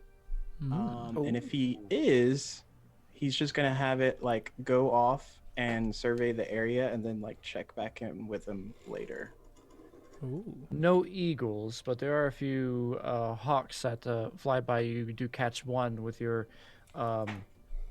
excuse me, your passive perception of. Remind me again. 19. I know it was high, but what was it? Yes, perception 19. 19. Oh god, yeah. Whew. Yeah. You see a couple of hawks darting through as they dive down and towards the ground for a second, then kind of swoop back up. Hey Chris, what was an Athlas solve? What was the roll? Normally it's 2d4 plus 2. If it's a regular Athlas solve. So 2d4 plus 2, so I got a 6, so it's 8. I'm gonna do another one. 8 plus 7, 15. All right. Oh God, math. Don't make me mad. Don't make me math. Oh, look at Truer that. words. Perfect. It brought me right back to perfect top. Yes. And then after those hawks fly off, he'll use the next 10 minutes to try and find Turin to patch him up better, slower this time. Yes, please. Okay. Oh, I see what you're doing. For it Excellent. now. Yeah. Let's just do that. Oh, nice. Over the course, you'll get 17 hit points back. As the next 10 minutes, Clover's just using bandages and salve and other things in his pocket to try and patch you up a little bit better. You might be all right. Oh, let me add that third usage. Well, Esme, Clover, you all get enough food. Dalwin. Delwyn is handing out food to the older prisoners and also feeding himself and Royo. You took the 2 big loaves that we bought, right? You got yeah. big loaves, yeah. Yeah, I'm breaking those up. One of them up. Yeah, they thank you profusely as they eat away at some of the things. And then another one kind of subs. No need, child. I'm eating plenty. I just need to rest. I can't even think about food at the moment.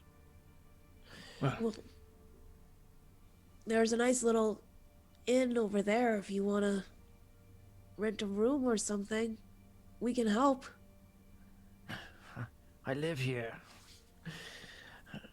Oh. Just escort me back to my home, please, and that would be enough for me.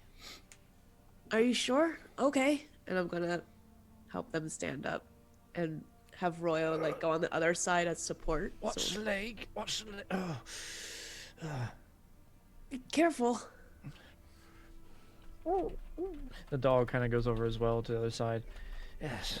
Grabs onto the dog's large husk chest back area and manages you all go to this little hub. It's right up this way, towards the back.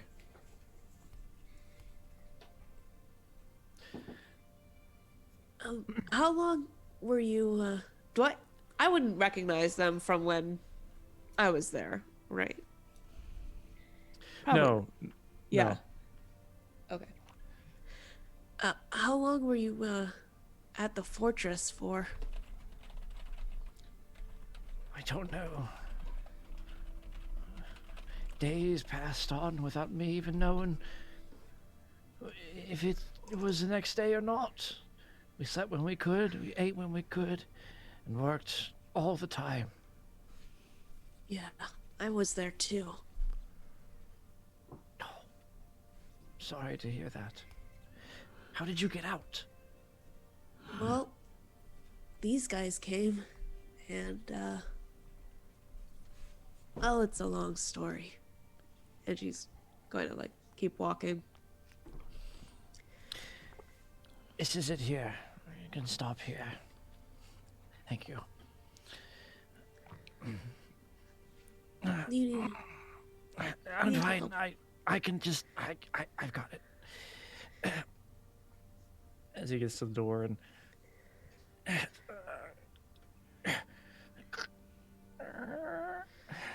Thank you again. Yeah, just be careful.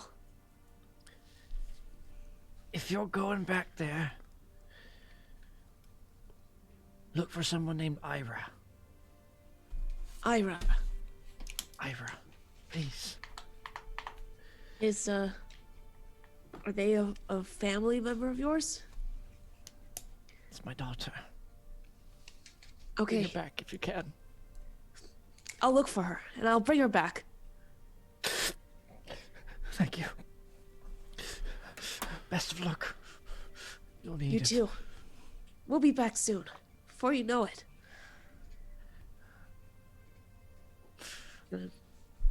Gonna walk back with Royo and like just keep petting Royo on the side, kind of holding on to him. got it. By the way, Ronyo. Sorry. Ronyo. Close. Damn Ronyo it! is I a knew it was royal. a. Yeah. Okay. It's Got an it. R word. Close enough. Yeah, pretty close. But yes, you gather your things, and unless there's anything else anyone's doing, the Getting Clint, food Clef, ready. getting food ready. Clint, Clef, Kenny, and Trison. Clint Clef, who? and- Kenny? Clint, Clef, Kenny, Trison. Trison. Is Trison the leader? Yeah. Okay. Thank you. Yeah, I'm ready. They head out as well, and so now, in that case, we are going into the journey phase. Yay! As a reminder, this is a 5e homebrew, official homebrew of 5e. This is called Adventures in Middle-earth, for those who don't know. The way the game is run, it is split up into three distinct sections. For those who run TTRPGs all the time, the adventure phase is what you just saw, essentially fighting and whatnot, the encounters and all that role-playing jazz and what have you. The other phase is at the end of your adventure, or at the end of completing a big quest or a mission. You have a fellowship phase, which is a long, lengthy time, kind of like downtime in 5e, but at a much larger scale, where it can go from months to years to decades. Lastly, the last one is what they're going into now, called the journey phase. And the way the journey phase works is kind of a montage of how you travel over large swaths of land. So you have 4 roles. As a reminder, they are scout, lookout, hunter, and guide. And I believe, if I'm not mistaken, Baranor, you said you wanted to be the guide? Yep. Baranor's the guide, and then everyone else, what are you doing? Scout. Was it? Scout for the little hobbit Esme. Lookout. Look out for Turin, Clover. and I believe Clover. Oh, Clover. Clover, you wanted to look out, and Turin, what about you? Turin is bad at all of those things. But remind me, Hunter is survival. Hunter is survival. Lookout is perception. Scout is stealth and investigation, and guide is wisdom and survival. And when you double up on a roll, so in this case, Clover is going to be a lookout. You can also be a lookout, and if you do so, you grant one of you rolls at advantage.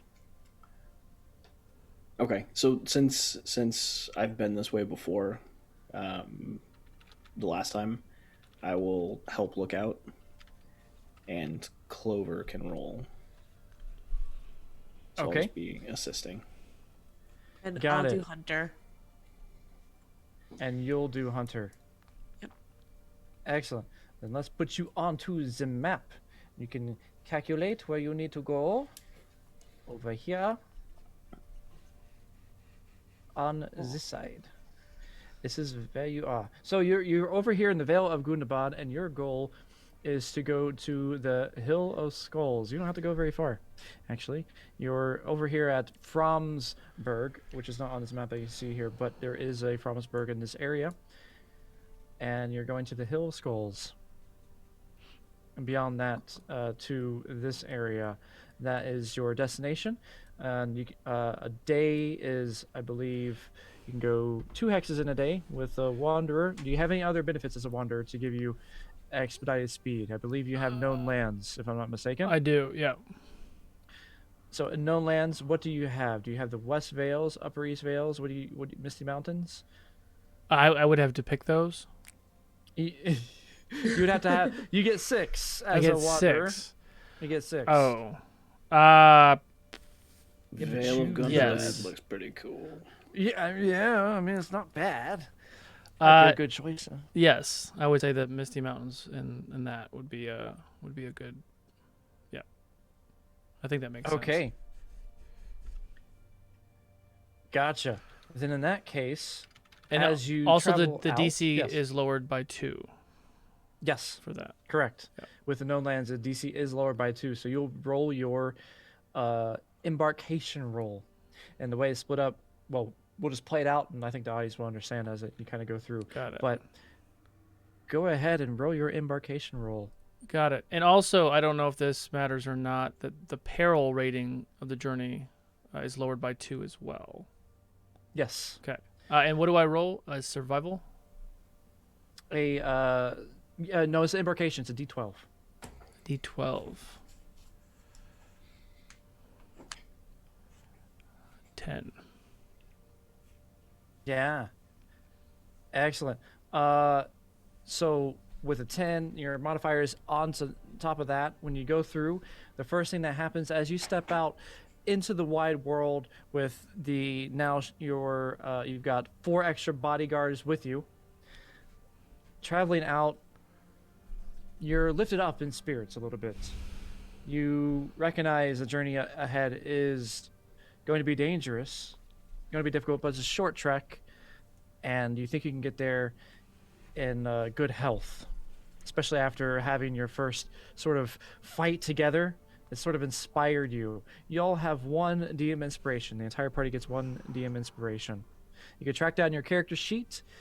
This is not the normal DM inspiration that you would have in 5e, where it's just a one and done thing. DM inspiration is a resource. Sometimes your class features require you to expend those to do certain things, such as like the warden's inspiration. I think you can expend something, either hit die or your inspiration, to give it to someone else instead, or something along those lines. I don't recall. But there are. So you can mark that down in your character sheet. But yes, you travel along for a couple days, doing so grants you DM inspiration as you set out. As the air kind of lifts you up, it begins to get a little windier, a little louder as you get into the mountainous regions, and you see some of the hawks as they fly overhead. A couple of them kind of go off in the distance, and as this is happening, you begin to hear the whistling of the wind of the mountains around you, and sense that a chill and cold is in the air. Look out! I need you to roll a perception for me. Look Okay. outs at advantage in this case.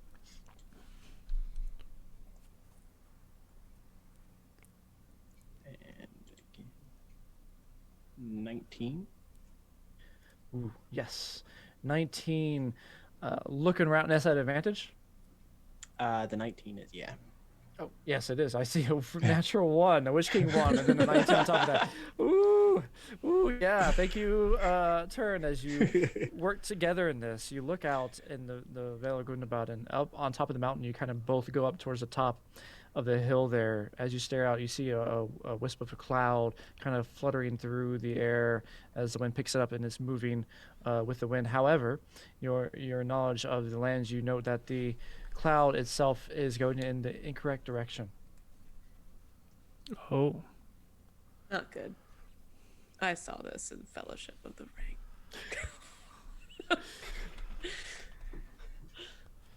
That doesn't seem What normal.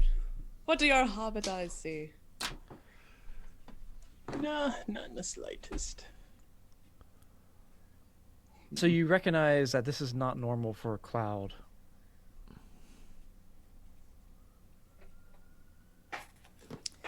Who sees this?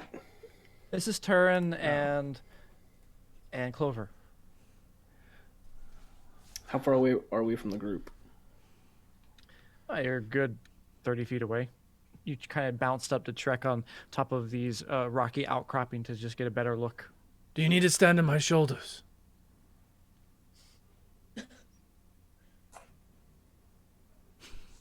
I glance down at Clover. Well, I was gonna fucking warn him, but I don't think I will now. What about the others? Guilty by association? No, I'm kidding. Let's go. Hide. Get down. Why? Immediately, Esme will hide somewhere.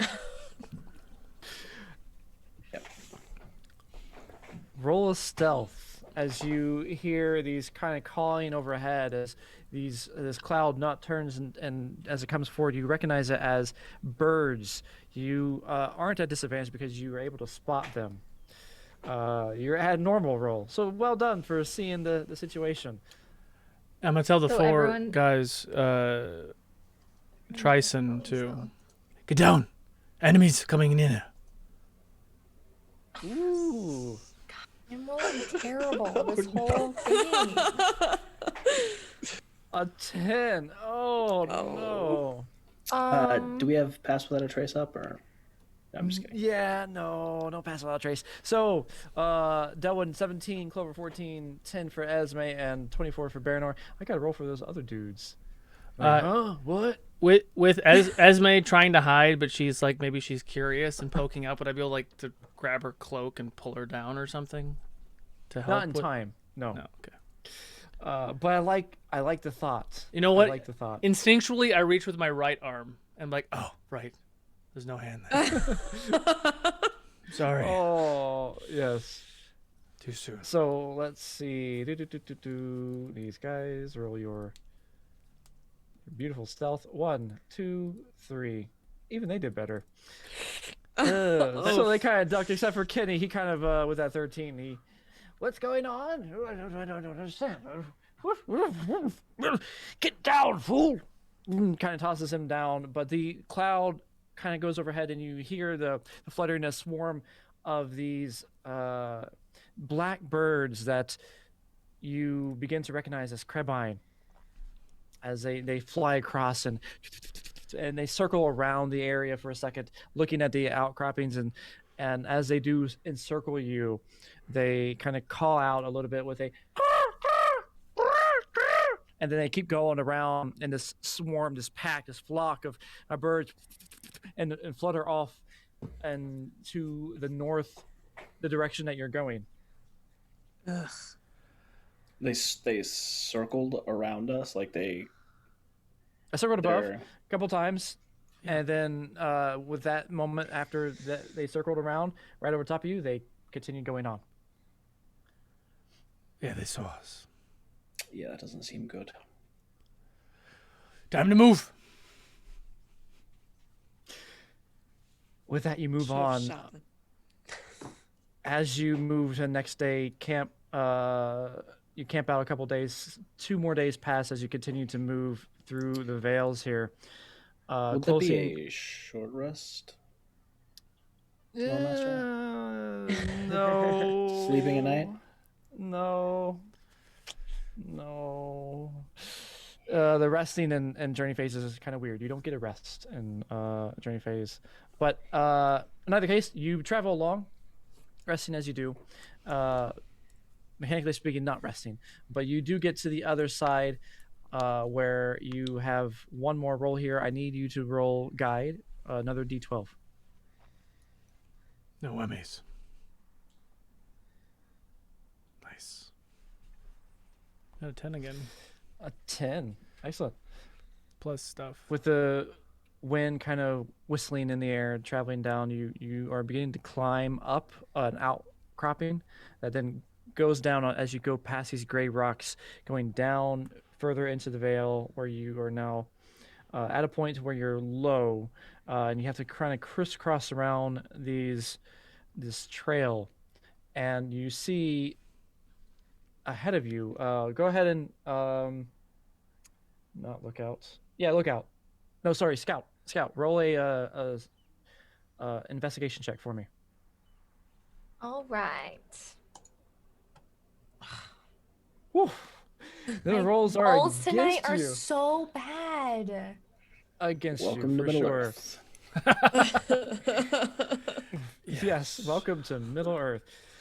Scouting ahead, you move around this little trail as you do, and when you're looking over to the right, you look and you see this goat kind of meh, a mountain goat kind of climbing up the side, and you're like, oh, I wish I could do that with my feet. And then your back bumps into something, and you just hear a real initiative. Oh, God. Ugh. You turn around, you see a gray-looking creature Damn it. that you've bumped into.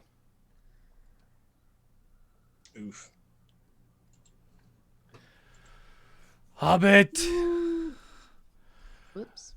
Damn it. Yes.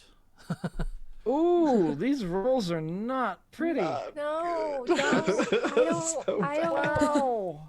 I don't like where I am. You're not in a very opportune spot, that is for certain. I totally agree on that. Oh, I'm not a rogue anymore. I can't bonus action dash. Damn it. All right, let's get these guys in, and then we shall roll. Let me do this. Off, and... Boop. There we go. And then what were the rolls that you had before? It's okay. I have a plan. Excellent. Let's go ahead and get some battle music going. So, My initiative was 24, by the way. yeah, mine should be 14. Ooh, yes. Yeah, I will fix it here in a second as we bring in the music. So Mine's 15.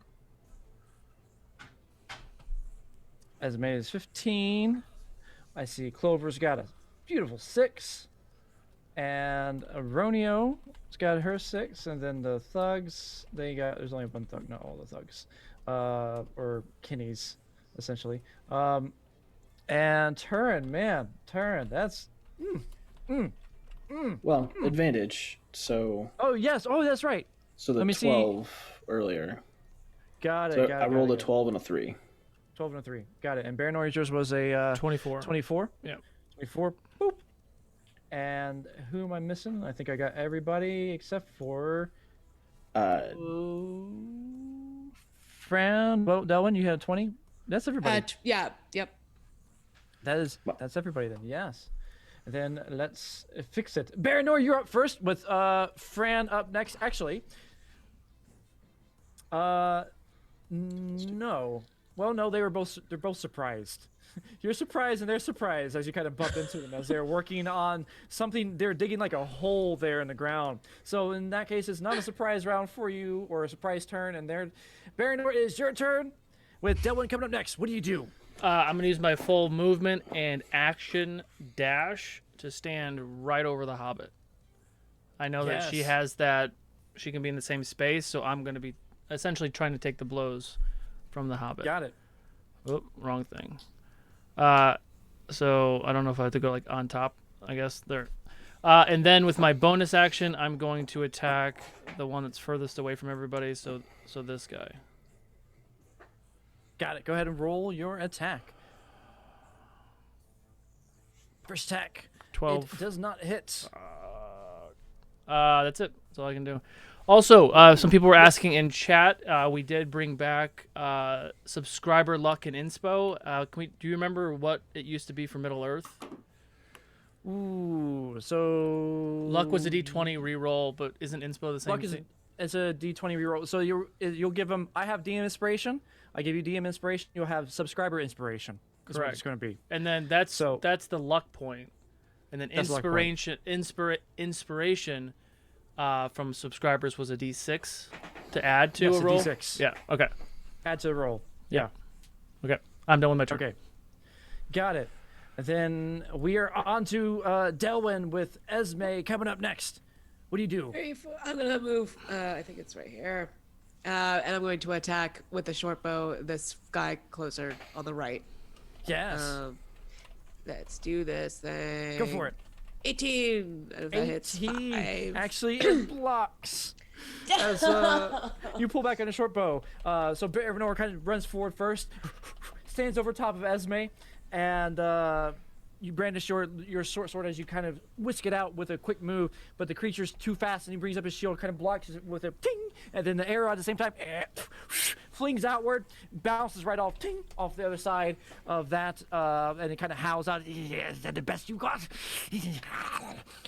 Anything else for your turn? No, I'm going to respond. I'm only getting started. Esme, we got your back. And I would like to give the inspiration to Esme. Oh, nice. That's a D8 for you, Esme, which now it is your turn. Question, Lore Master. I'm assuming these creatures are larger than me? They are larger than you. Okay, follow-up question. So I have the virtue small folk. Mm-hmm. And that grants me advantage. I can bonus action step into the same square as one of my opponents if it says specifically if you're being attacked in melee combat by a creature bigger than you. Is that applicable in this situation? Ooh, so in this case, they are larger than you, but they're not terribly larger than you. They're kind of hunched over goblin-esque creatures. So they're not considered a size larger than me? No, not in this case. Okay. Well, I would still like to attack the one directly in front of me, this one, with my short sword. I still get advantage because Baranor's there? Yes, you do. Amazing. That's really all I wanted was advantage. Yes. Beautiful. 19. It does hit. You do kind of branch through as your short sword goes in, and you kind of go underneath the chainmail that they have wearing, and it guts into the dark iron links that are behind it, and you can hear the flesh kind of peel apart as the creature.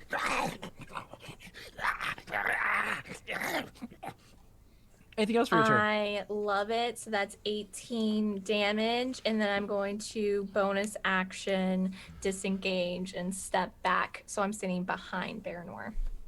Got it. You know who forgot to roll? Oh no, they didn't roll. They're on there. I was like, where are Like they at? I'm gonna step back to here. Excellent. Moved away. You kind of duck underneath and scrawl off into the direction as you do your little stabby and pokey. And then we are now on to Kenny Clef and Clint Clint and Trison. and Trison. Yes, that's a mouthful. As a let's see what they got here. Oh, they got a crossbow here as they pull it out and they pull it. Shoot. Let's see. Clef is going to go this way. We'll go up here. The other one is going to go marking over here, and this one is going to actually go up to Purin. No, it's not within range. Jay's gonna go up to here. Oh, looks like your short one too. Oh yeah, there's one more. Yeah, where's the big guy? See, all I did was make the DM job harder by adding 4 I more know NPCs. it. You love doing that. There you go. Okay, so they got their crossbows at the ready, and they're actually going to ready action. If the creature gets close to them, they're going to shoot. So if the creature moves, then they will react with that. But that's as they're ready their aim, kind of shakily. You ready, boys? Get ready. And with that, it is turn with the goblins coming up next. What do you do? I'm going to bonus action Fury and use my full movement to get right here. Yes. And then I'm going to do the one thing Turn's good at. Talking. Have a conversation with these guys. Yeah. Oh my yeah, god, I good just said the conversation. same thing. I just said talking. JK. God, we've been playing too long together, man. Okay. Second attack, Reckless, because why the hell not? All right. That hits. That's a first one does not. 25. So I'm going to roll one more time just in case. Crit for the second, which is Reckless. Okay, so 25, so 14 damage, and then him the other 3 as well, so 17 damage total. Got it. Now, remind me, Reckless gives you... Gives me advantage on attacks, but then attacks Correct. against me So the just next to turn have advantage. clarify for your first roll, because there's 2 rolls in there. The first one is 1 roll. The second one, you don't have to roll again. So your advantage would be 25 was the first, and 14 was your other roll. So you don't need to click it one more time type thing. Does that make sense? No, I thought that was... So if Okay. you roll at advantage, the 25 and 14 are your both d20 rolls. You only calculate the one on the left if you don't have advantage. Okay. Or you disregard the one on the right entirely unless you have advantage or disadvantage, and that's when you're like, oh, it's already there. Then how does the so the d20 rolls are side by side, Yep. but then the damage rolls are stacked. They are stacked. Correct. So is it first, like top is first roll, bottom is second roll? No, I see. Okay, so you have on here, this is a d8 plus 4. If you hover your mouse over it, you can kind of look. That's your normal attack. The 2d4 is from your weapons specifications. Cleaving. The ability or that grievous, yeah. Grievous, yep. And so that was, you only need to do the first one, I think. The d8. I think the other, you only need to roll once. So just the first 2. So 11 and 6, 17 is what you would roll. The 13 and 5 17. didn't need to do that. Okay, So 17. So 20 damage total because the 3 extra from... Got it. So first you go in with your hammer and you kind of ding really hard against the shield as it, boom, and he kind of lifts up, exposing his belly for a second, and you kind of go in for a second swing and you see him kind of bend over like as the hammer goes into his belly, and you can hear audibly the ribs kind of caving in and cracking.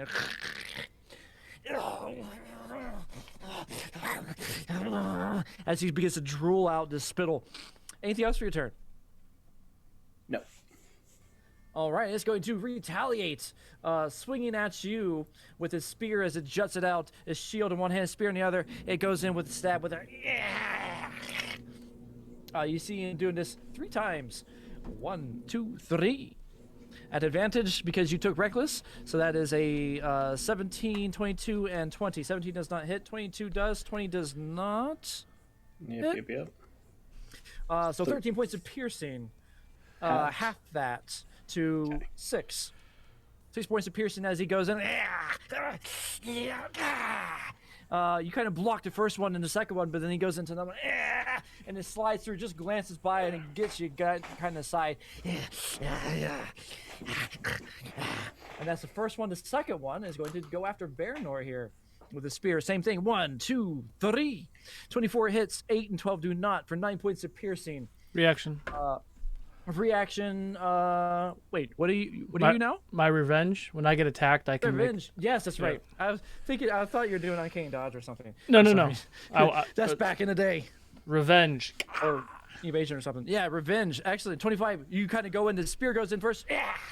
And as he grimaces, you kind of go with your short sword and kind of go in at the same time. How do you kill this one? So as the spear goes in, I'm gonna take my right hand and my buckler. I'm gonna kind of wrap it around the spear and pull him closer. And as I pull him closer, I'm gonna run my short sword through his chest up to his throat, and then pull it out. Ooh, nice. I love it. Yeah. And he collapses down onto the ground. There's one more though. This is not towards Baranor. This is going to be towards the little hobbit who bumped into the area. He's going to thrust the spear, but he is down a level, so he has a -2 to his attack, where essentially you have half cover from a distance.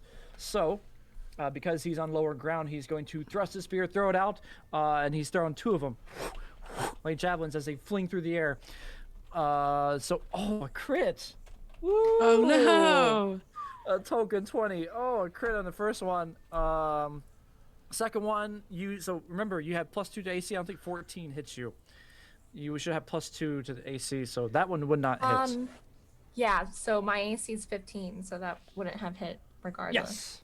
So the first one, as it goes through, he kind of throws it, and it goes through the air. As it swings by, it does get you right in the thigh.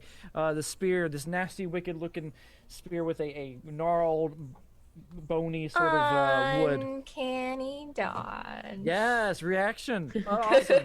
At the last second, as it's swinging through the air, you kind of move over to the side, and it just glances you, but it does do a little bit of damage there for 12 and 1. A very bad roll for a 1 on the crit, but that's okay. So 13, half down to 6. Excellent. And that is the end of their turn. We are on to Ronio with Clover coming up next. Yeah, we're just gonna bound over to this here and lunge at them. So they have to make a wisdom save or something. Yes, and so you were right here. Let me make sure you got the distance on Yeah, that. She has 40 feet of movement. Oh, damn. Is it over here then? You could get. Yeah, you can get that out of the one. Yeah, you 40 can get feet. that. Then the other one. We're going The to other one. lunge at the other one. Yeah, go for it. They have to make a strength saving throw. Excellent. Yeah, she dives through the air. Let's see their strength. I don't think these little guys have a lot. Wow! Even with a -1, they rolled a nat 20, a token 20 there. It branches up his shield and gets ready and hunkers down. Yeah! And kind of knocks her off as she kind of.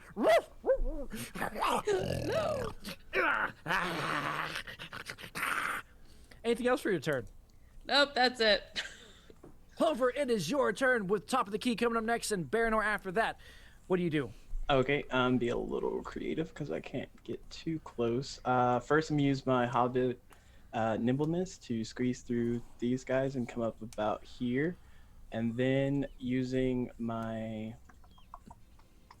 dark knowledge, I'm gonna say in black speech to the creatures, "Fools, you're digging in the wrong place." Hopefully to gain their attention on me and hopefully distract them for my other buddies. Gotcha. Okay. Now you can't technically do a help action unless you're beside them, but I like the idea of it. Go ahead and roll a persuasion. Okay. Okay, And as this is happening, Yeah, yes. real quick, I just want to dive in just because I was using Zoom and I don't think everyone saw it. There was a D6 inspo to Clover, D20 luck to Esme, another luck to Turin, myself, and Esme. So Esme, you have 2 D20 lucks, and then 3 D6 inspos to Clover. So Clover, you have 4 D6 What inspos. gate did we just open?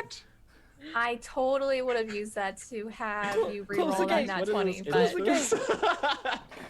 Gates are closing. Close the gate.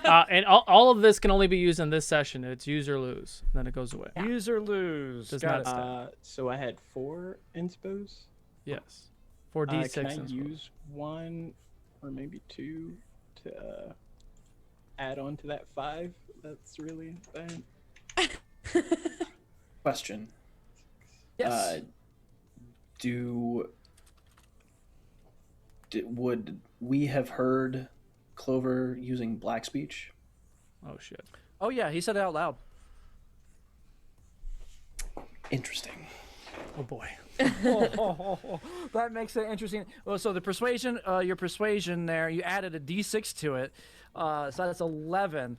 However, your words were not quite clear and enunciated well enough. There's an accent there that made them mishear it a little bit.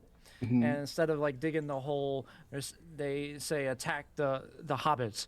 Is what instead, easily confused. But while this is happening, your passive perception of 19, you see a hawk kind of dive down in this direction, kind of crying out with that as it goes down and swoops up from the bush and goes back up. Anything else for your turn? Nope. That should be all. Then we are on to Baranor with Delwyn coming up next. I keep on wanting to say Fran because I see it on there. I know. I gotta fix that. I don't know why. I gotta fix it. Turin, not the time. Make my attack on this guy over here. Yes, go for it. First attack. You have a +2 because you are a higher elevation. Oh, so that's an 18 to hit. 18, still not enough as he catches it with the shield and it kind of glances off. Second attack. Ooh, 20, nice. So, does it automatically do the? It did. 10 plus a 2, so you rolled bad on the last one. Got it. D6.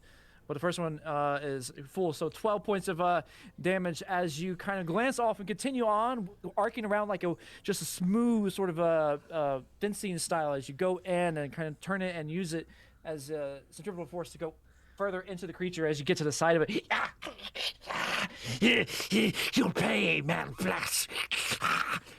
Sure. Anything else? Last attack. 21 hit. Yes, it definitely hits. 11 points of piercing added on to the 13 or 12 that you did, so a total of 23. But it's still up as it and kind of cowers back and staggers back a little bit, ready and for. All right. That's my turn. Then we are on to Delwyn with Esme coming up next. Cool. Delwyn, what do you do? Delwyn is going to kind of run over and slide down here to attack with this short sword instead of the bow. Ooh, yeah. Oh. Moving through non-hostile is fine. You can go ahead and. Excuse me. Long sword. I do have that instead. What's your? Ah! Oh, nasty. What's your passive acrobatics? Acrobatics is Ooh, yeah. Ooh, 19.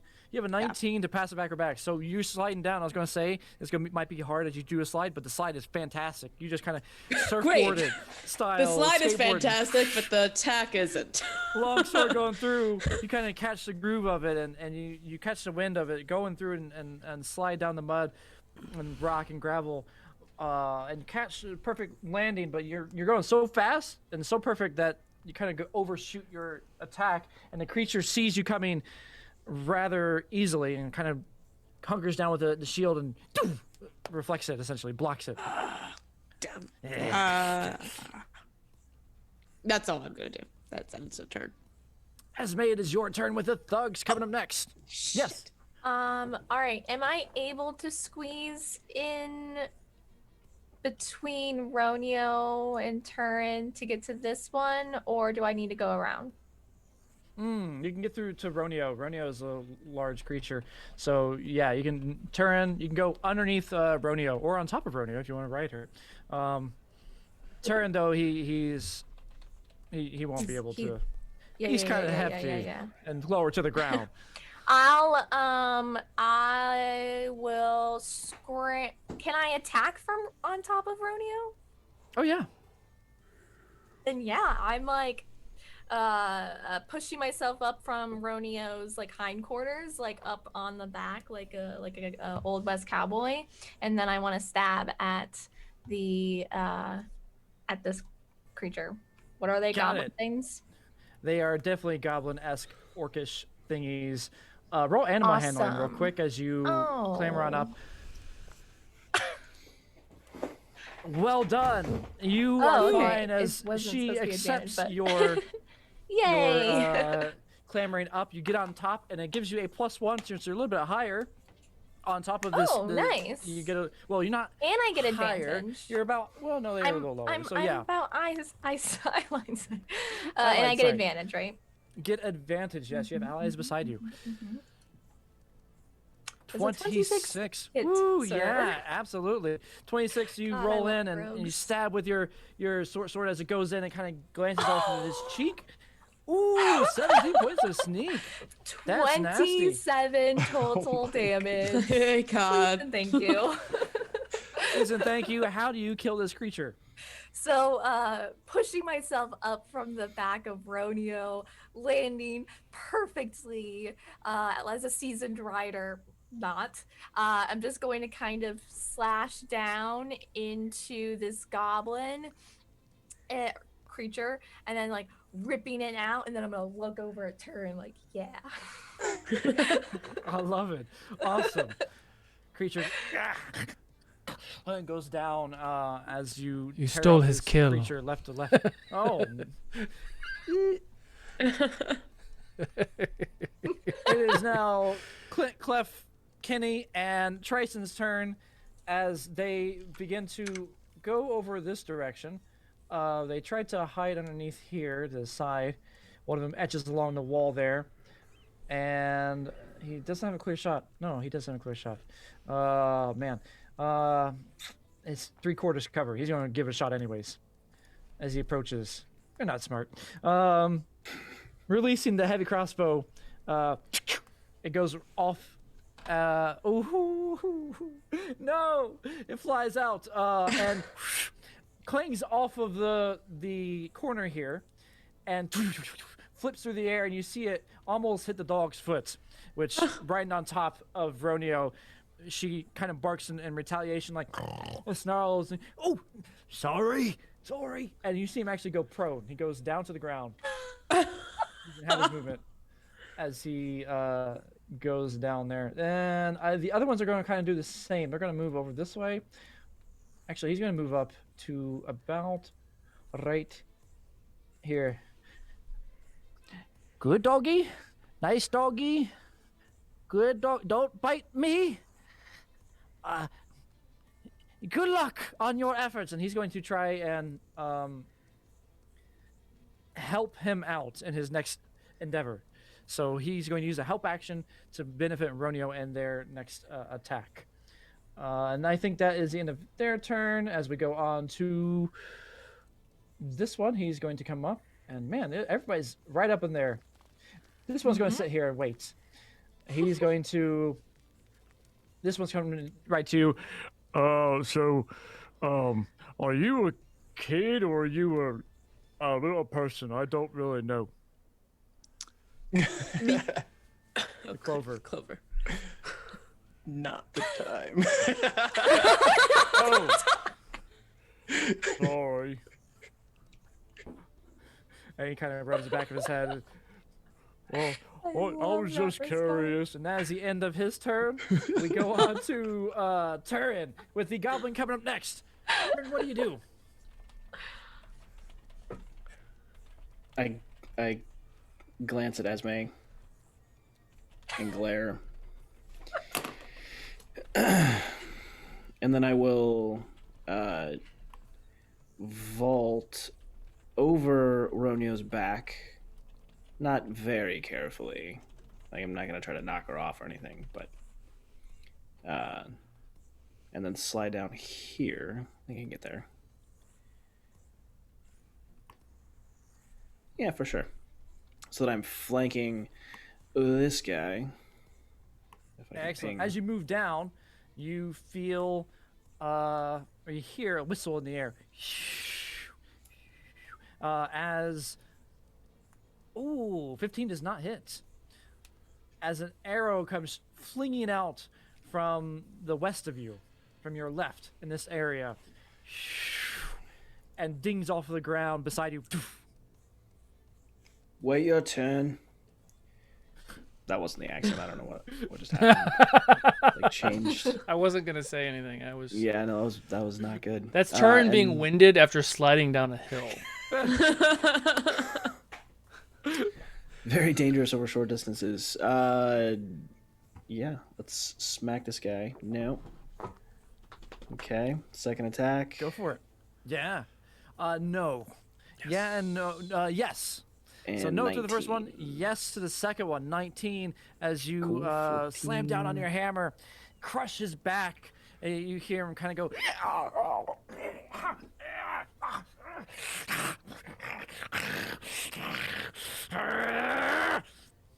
Anything else for your turn?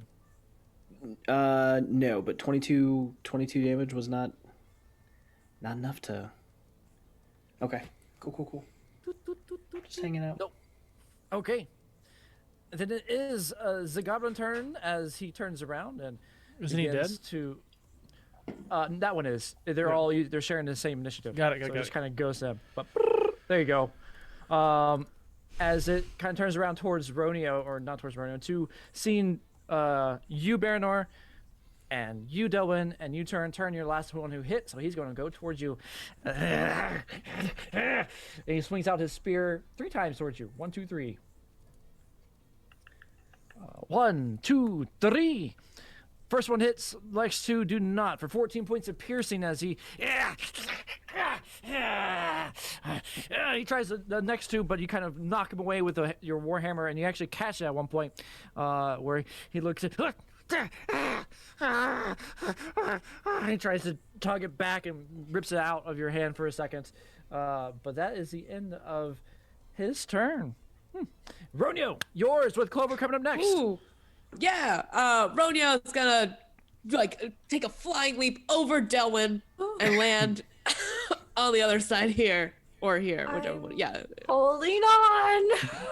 Oh, sorry. Hold on for dear life. I need you to roll either athletics or acrobatics, as you're unfamiliar with I will riding please do hounds. an acrobatics because I am not strong in any sense of the word. Hashtag look up the player cards. Oh, nice! A token 20. Absolutely. You lose grip for a second on your hands, but your legs are fast and nimble as you kind of thinking quickly, you grip them on. You like squeeze your thighs together as you're doing a workout or something. As you hold on, you kind of fling back a little bit, riding back like this, but you're able to kind of use your abs to lift yourself back up as you go down. You should the hold dog. on with your calves, y'all, not your thighs. Cass. I'm not a horse rider, but thank you for the lesson. Cass, as you squeeze. Excellent. So hold on to your little Cass. Squeeze in the heart. You get down to the bottom and land there safely with Ronio there snarling. Yeah, she's gonna bite at this guy. Ooh, a 19 hits. Yeah, roll damage. Yeah. Oh, it didn't roll damage for you. Did it? Oh, No, there you I go. didn't. I Nice. think I have 11. Excellent. I can make it automatic, but that is a 15, but I don't think it matters. No, it does not, because 11 is going to kill it. How do you kill this creature? Oh my god, it's just going to grab onto its leg and pull it out from underneath it, and then it's gonna go down right on the jugular. And then I'm gonna just look over at Turd. Oh yes, it took another one. Awesome. It is dead. You guys.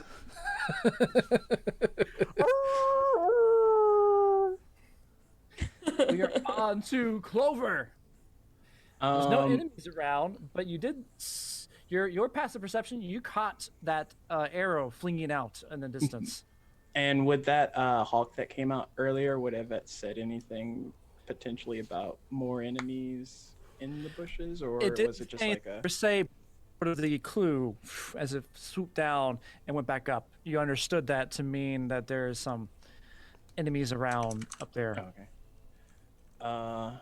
I'm gonna yell out, "Think there's more in the bushes," and kind of make my way over there. Well, here, and This is a 10-foot climb, by the way. Each of these little ledges are 10 feet up. dash climb. So, can I go diagonally? Yes, you can. Okay. You can go diagonally. And then make it there, and yeah, in my turn because I'm not going in the bushes by myself. What's your Your passive investigation is really high. Nice. As you kind of come up, you do see you're standing on top of one. You kind of your foot goes down, and you see this little creature kind of getting ready to attack. And as you do come up, because you're too close, it does swing out towards you. Oh, gosh. This time with its short bow, the bladed one, as it goes in with it, it swings upward towards you. And that is a 24 to hit. hits. Yeah, that's a 17. 11 and 6 there for 17 points of damage. And begins to try to snarl and back away from you, but doesn't get to on because it's not on its turn. But now it's an initiative. So yay for that. Awesome. Anything else for your turn? And then we are on to, whoops, too far, Baranor with Delwyn coming up next. Baranor, what do you do? And so there's one where he's standing right now.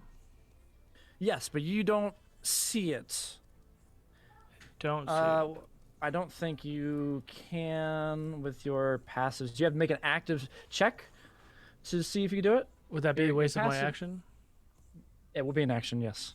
But I saw Clover go up there. You did see Clover go up there. Yeah, so I would follow the kid. Or the Okay. not the kid, the little one. I'm not a kid. I'm a grown man. So I don't know. Go up. I would go up to like there. Kenny's Clef is rubbing off of you. Okay, so you climb on up using your movement there. So it is half movement to get up to the top. So 15, you yeah. don't have a climbing speed. 30. So that would be 20. You're good. Yeah. You get up to the top. And what do I see? You see a little creature kind of standing there right beside as you look down with your passive 13 investigation. Clover with a blade stuck in his calf, so he's not gonna be able to ride Romeo as effectively now, which is a bummer. But you see that creature kind of glowering in the bushes. So the He's literally creature on top of him. is on top of Clover. Yeah, he literally went into the spot. Let me put him onto. There you go. Got it. Yeah, I'm gonna cut him down. Okay, go for it. 26 to hit. 26 hits. Yeah. Second attack, 22 hit. Yes, it does. Okay. 11 and 11. 13, 14 hit. 14 does not. Okay. As it kind of catches, your blade goes in and stabs and quickly hits the creature. And it catches its short bow on the last attack after you suddenly kind of brandish your blade rather quickly, darting around with your left hand, just dancing in and out. With that, we are on to Fran with Cool. Esme coming up next, or Delwyn, I should say. Yeah, no, it's fine. Can I see this creature from where I am, even though he's 10 feet up, or is he prone, or what? So your passive perception can't see him. You have to make an active check to see. God damn. Okay. Let me do it. I'm gonna do it. Hold on. My perception Oh sucks. no, you don't see Yeah, the no, creature. I In don't. fact, you're enamored by the blood and Romeo just tearing away at this this orc. Well, that's cool. I'm just going to be like, good job, Ronya. And like toss her like some bread. And I'm gonna like turn over and see like I don't know. Okay. The arrow came from there, so I'm gonna run up that wall. I'm gonna go this way. Okay. I saw people moving that way, so that must be where we gotta go. Got it. You need athletics or acrobatics or No, it'd be half your movement since you don't have climbing speed, so Okay. it's difficult terrain climbing up the area unless your strength score is really low. Esme, Esme. But I don't think your strength score is It's that like- low. It's like medium. Medium. Let's see. What is your strength score? Your strength score. 13. Oh yeah. Oh, you're good. You're good. You can Okay, climb cool, on cool, up. Yeah. Mine's Okay, a is it- 5.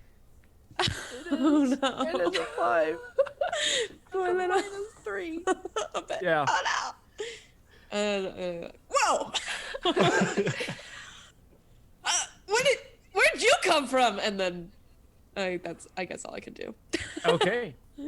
That is the end of your turn. We are on to Esme with the quad group coming up next. Esme, what do you do? I would like to shoot my short bow since Ronio's going to town on this orc meat, goblin meat, whatever it is. So can I see the creature? Ooh, what's your passive perception here? 16. 16? Yes, you can. You can see it. Okay. So I will do my short bow and I have advantage. You 'cause do have my friends advantage. are right next to Yes. it. Thank But you, he thank does have you. the high ground, so he has a +2 to his AC. All right, all right. Ooh, 17. Let me see. Yes, it does hit. Even with their Yes. +2. It does hit. So 10 plus Plus 18. Nice. Sneak attack damage. Ooh. Awesome. How do you kill this one? What? You got a turret. So I'm just as. I'm so Just sorry, look at Karen. Turin as you fire the bow. I'm just going to pull my bow up as Rodeo's like eating the goblin, and I'm going to release it as it lands like right in the skull. And then I'm going to totally uncharismatically wink at Turin. Oh. Oh. Awesome. Hammer just.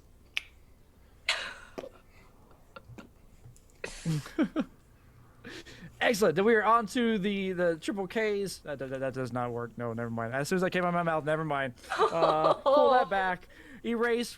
Walk that back. Kenny, Clef. There's C's. There's a C in there. Yeah. K, C, and KCC. C. Yeah. KCC. KCC. Yes, they are going to move over to Turin. This one is here. As he darts in. Excuse me, sorry. Excuse me. I'm here to help. Help action for you as I'm by your side. What do you need? He needs a Granted, boost. A drink. Give him a boost. A boost! And look, I do have some wine here, some ale. I brought it in my flask. I'll give it to you later. You're heavy. How heavy are you? Oh, and I can't lift you up. My strength is not high enough. He's pretty heavy. What? Yeah, his strength score is a -1. This is a skinny one with a little bug-eyed. I'll tell you what. I'll just give you the ale. Here you are. Yeah, that's better. So help action from him. The other one kind of moves forward, and this one's still staying in the back. He's inching away, going towards this area, and as he does, you hear him kind of grunt a little bit. Ow! And you just see a hand kind of raise up for a second as you hear stuff going on, shuffling in the bushes. And the last one is going to climb on up the area. I'm a pretty good climber. I can climb up. All right. I'm here. Hello. Hi. How you doing? So, I didn't get answer for the little one before, but is those kids or not? I don't understand. And that's the end of his turn as he goes up to Baranor, saying that. Okay. This one is going to ready his action, his heavy crossbow as he loads it up, ready for anything that might pop up. And you see his hands kind of shaking a little bit. But we are on to turn with the goblin coming up next. Not that goblin, something else. Actually, these goblins are grown. Not the goblin, Ronio.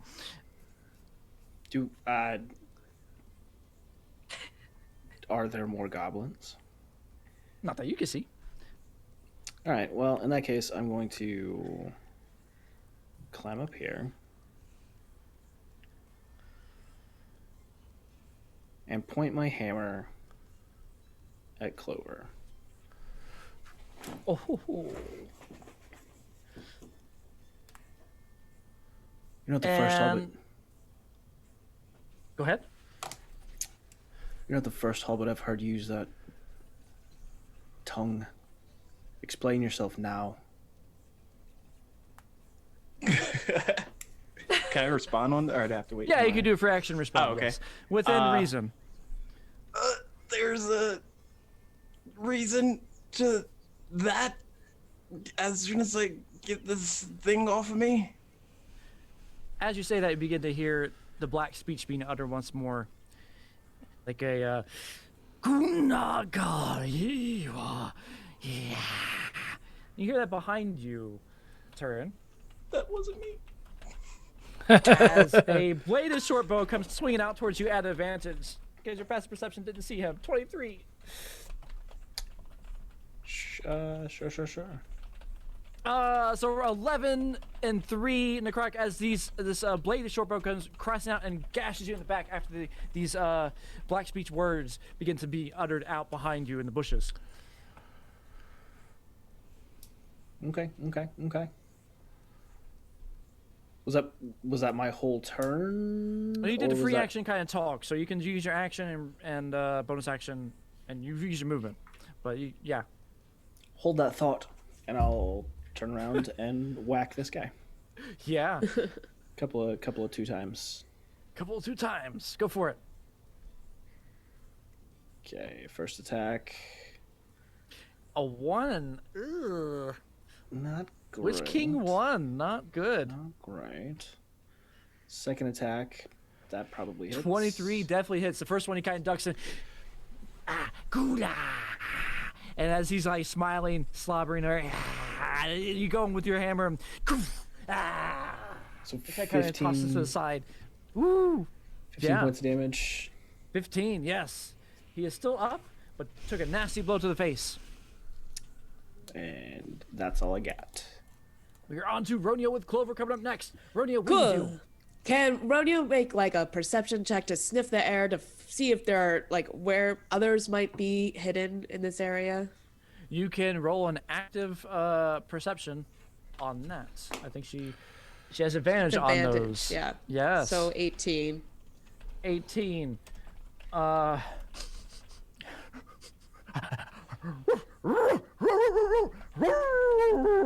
And she starts to point this direction. Ah!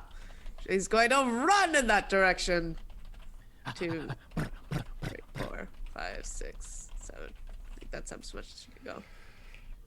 I think that's as far as she can go. And that's it. And then maybe haul and point. Excellent. I need a acrobatics or athletics from our friendly hobbit Esme, but this time at advantage because your calves have become accustomed to Ronio at the moment. Oh, wow. Did you roll the Nice. same thing last time? I think I did. Nat 20? I think I You did. Ooh, this is fine. This is smooth sailing for you. You're Yep. used to it as you bound through the air, and Ronio kind of bounds up the cliff side and goes over to the side, barking as you kind of bump along the way. And is that the end of Ronio's turn, I believe? She did her action Yes, to... yep. Yes. Then we are on to... And where did the tracker go? Uh-oh. Did I lose it? I lost it. Ah, here it is. Here we go. It is Clover's turn with the orc coming up next. What do you do, Clover? Yes. Being prone, I'm gonna use my half movement to get the dead goblin creature off of me, and then move over to this one Yes. and try and attack him. Now, since I'm are you prone. still prone? No, I got up on my feet, maybe. Okay. All right. Then you stand back up on your feet, and now you can attack at normal instead of Okay. at disadvantage. A 17 does hit. Yes. Sweet. And then 5 piercing damage. by piercing as you brandish your little dagger and go in with an attack, stabbing down on its belly there. He snarls. You pull it back and you see the black blood kind of fleeing through the air. More paint onto Turin's body. Anything else for your turn? Oh, no. That's all. Then we are on to the orcs as this one is coming on through. It swings. It's seeing what you did. One of the blade attacks is going towards you. The other one's going towards Turin. So 1 to you. That's a 13. I don't think that hits. Nope, that one's it. And then for Turin, it is a 26 turn. 18 and 3. Oh my gosh. The dark blade kind of wedges through and he aims hard and you're mine, dwarf. Sharpen your bow. And that is the end of its turn as we are now top of the key. Baranor, the first thing you feel in the distance is the wind kind of bristling on your neck. Your hairs kind of spike up as you sense something coming your way, and I will see if it hits. This is a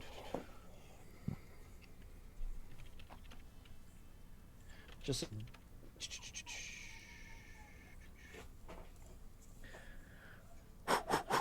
at advantage. A dagger kind of, and suddenly you feel it. You have +2 to your AC, so I'm just making sure. No, you have +5. You have +5 to your AC. I have +5. What do I have +5? 3/4 cover. Got it. From where Okay. they're I attacking. mean, I'm not gonna complain, but yeah. Okay. So that's a 23 because you have AC. So I think it still hits. Kenny beside you. Yeah, it does still hit. So it does. A dagger kind of stings your back as you feel a very familiar poison begin to course through your body. And you look down and you see a little blade, a hilt of a dagger sticking through your liver area. And that is the start of your turn. Yay! Yay. Where did it come from? This angle. Around this direction. So I'm not seeing anything. Oh, sorry.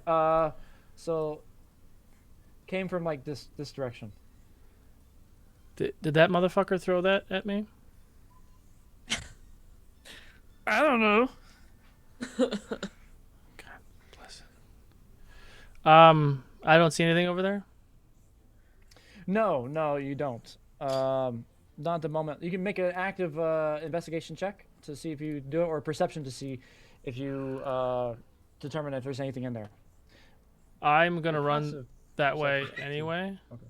Yeah. 13 you're active. Got it. Okay. And I don't see anything now that I'm closer. Now they're closer. You do get. No, you don't. Never mind. That was too high. So no. But you can make an active investigation to see what you can find. Damn it. All right, I'll do that. I'm gonna luck it just in case. Fuck you. Oh, no. Your investigative efforts are in vain. They're futile as you look around. You do not see anything but bushes. Although your passive perception of 15, you're able to hear noises in this direction. Okay. That was from earlier, from the scuffling. Where did I hear that? This direction, the scuffling here. Got it. Okay, I'm just gonna yell out, "We have company," and then that's all I can do. All right. Then we are on to Delwyn with Esme coming up next. Delwyn, what do you do? So Delwyn heard Ronyo howling and pointing, so he's going to come down, like slide back down and run in that direction. Okay. Let me see. Is it half even though they're sliding down or no? Still half? Yeah, if you're going to slide, I like your passive acrobatics for that. But 19 is good because you're crazy. It's only 10 feet, so you're actually able to do well. If you couldn't do well, you would roll and then possibly take damage. Or you could climb down and take half movement. But you slide at your full movement right down the cliff face as you glide on forward. You have your full movement here as you continue to run beside Romeo as she snarls towards that area, her nose and snout pointed towards those bushes. Yep. And I'm going to take out my short bow and kind of just fire in that direction. Blindly. Okay, point with your arrow. Which way are you going? Are you going like this way? Okay. Or this Yeah, way? yeah. Or this way? No, hold on. Let me point it here. So she's kind of pointing this way, right? So I'm just gonna fire this direction here, like in the where this. Hold on. Like in that area. Does that Like make sense? This area. Okay. Yeah. Roll your shot and roll at disadvantage. Okay. 16. You pull back and then you kind of hear it go into the leaves and rustling there, but you don't hear any grunts of pain. It sounds like it just got stuck in the bushes. Okay. Well, as a herald warden, I have an extra attack. Can I point my short bow in another direction? You can try again. Yeah, you can go for it. Which way are Yeah, you going? let's go this way. The other All way. right. Roll at disadvantage. Okay. Oh shit. Never mind. Yeah. No. It doesn't Probably like happen. hits a tree. Okay, cool. Yeah, it kind of gets stuck in the branches once more as it goes flinging over top as it just skims the top of the bushes over there and continues going past until it hits like a little wooden trunk there in the distance. Cool. That's all I can do. Esme, it's your turn with the KCCs coming up next. All right. Can I see anything Where are you? You in this are on direction? Romeo. I'm Yes, on Romeo. Yeah. You're on Romeo. What's your passive perception? 16. Ooh. You see a little bit of movement over here. You can't determine what it is, but you do see a little bit of movement and here and here. All right. I would like to try and fire my short bow where I see a little bit of movement. Yeah, you still gotta roll it. No. Normal. No, you roll normal, but it's going to be. They have a +2 to their AC. Got it. Sorry, +5 because of the 3/4 cover.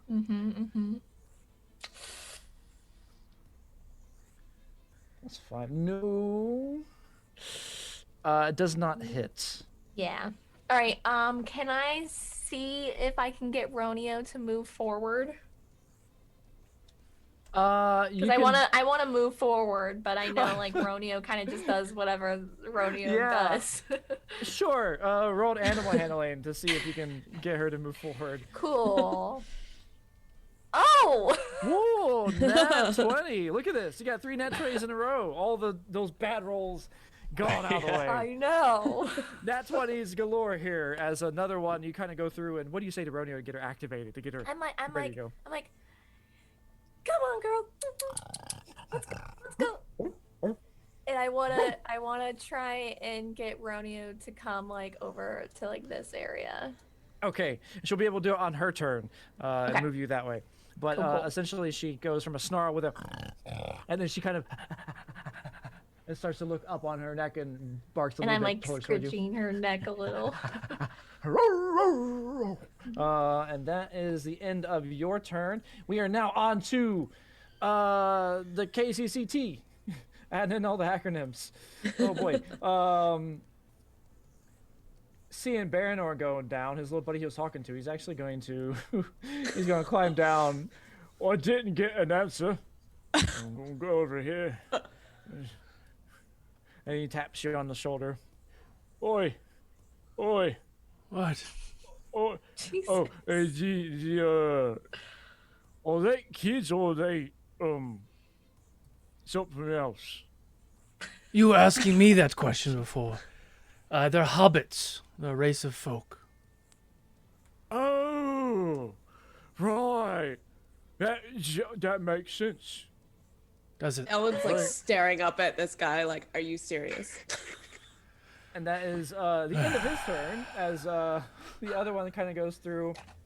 Let's see, this one is coming up. He goes up this way. This is the little skinny one. And he yells up to turn. Are you okay? Do you need my help? Not remotely. You can drink the flask if you like. I've sweetened it a bit.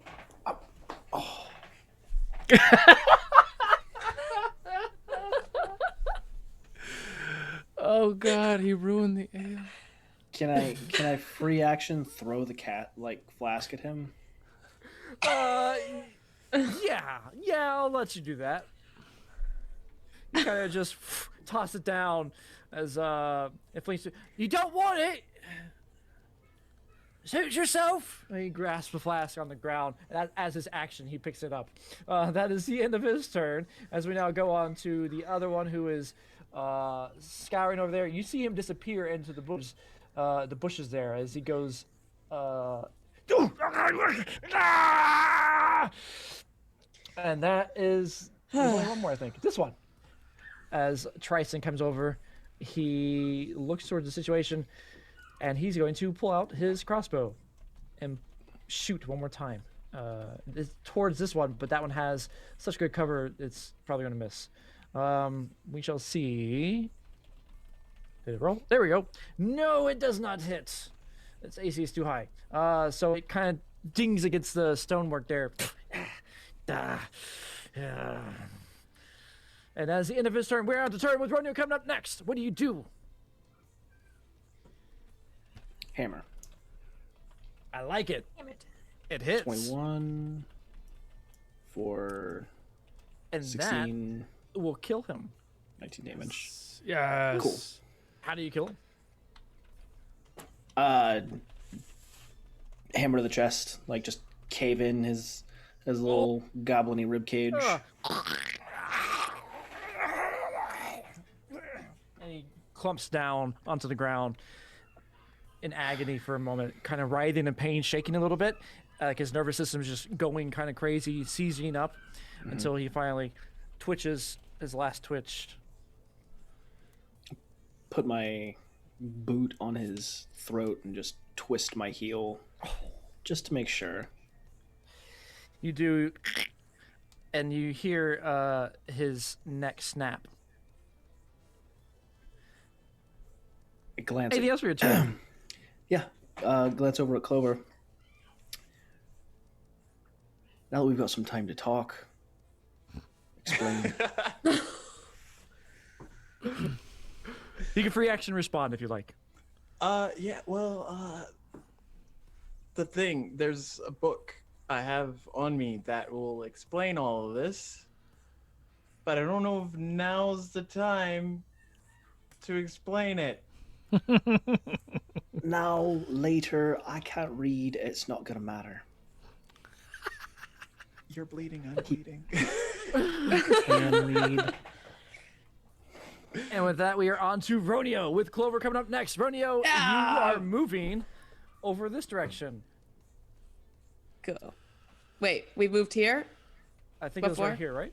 Well, that's where the training. That's where yes. Yeah, okay. So Rodeo's gonna move closer and can what is there something here? Yes. Can she there is. see anything? You, as you get right here, you can see her. You can move back here just a little bit. Okay. You see her snarling and then howls out with a.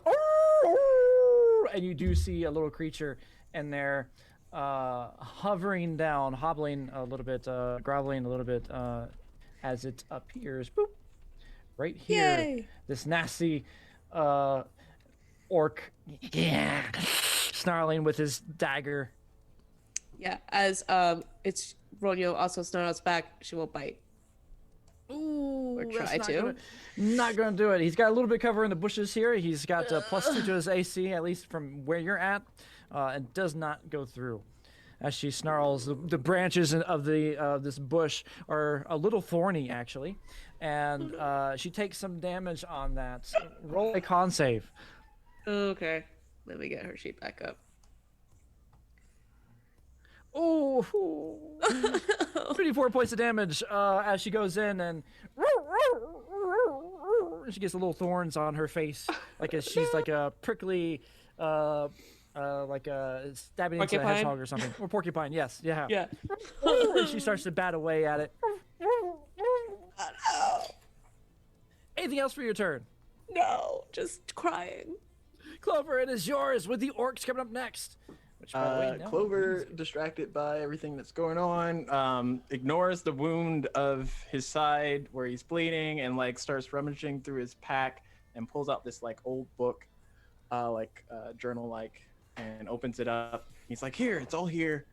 And he like flips through. Some of it's in common, but he flips through and he's like here, read this. And obviously it's in black speech, but there's pages of this in here, and it was given to me by my father, and this is how I know how to speak it.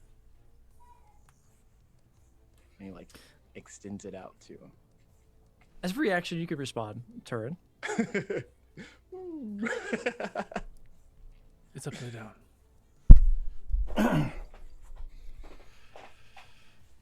You've got a book full of black speech that your father gave you, and this is supposed to make me not kill you. Oh yes.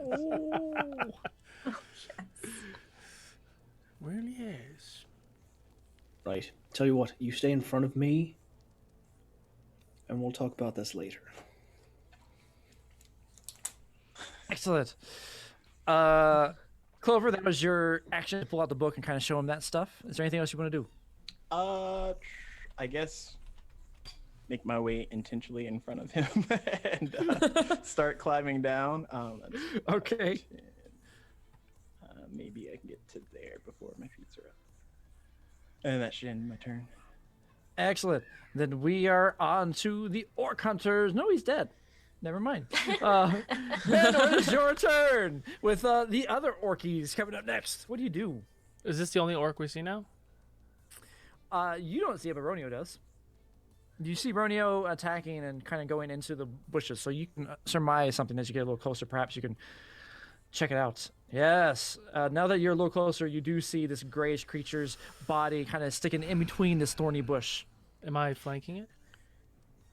No, you're not flanking it. right, Flanking would be this side.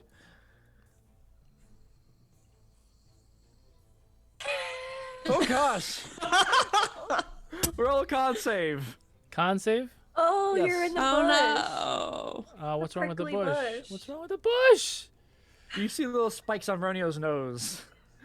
Damn it. Oh, you take half damage. So it's 2 points of damage as you kind of rummage through. But that's 2. How many squares did you go through? You went through 1, 2, 2. 3. All right, so 2 more con saves for me. What? Oh my gosh. Yeah.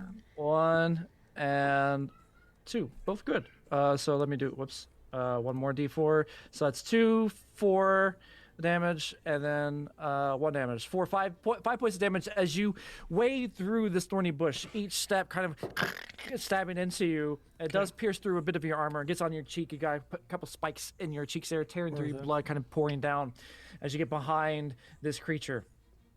It does have half cover though.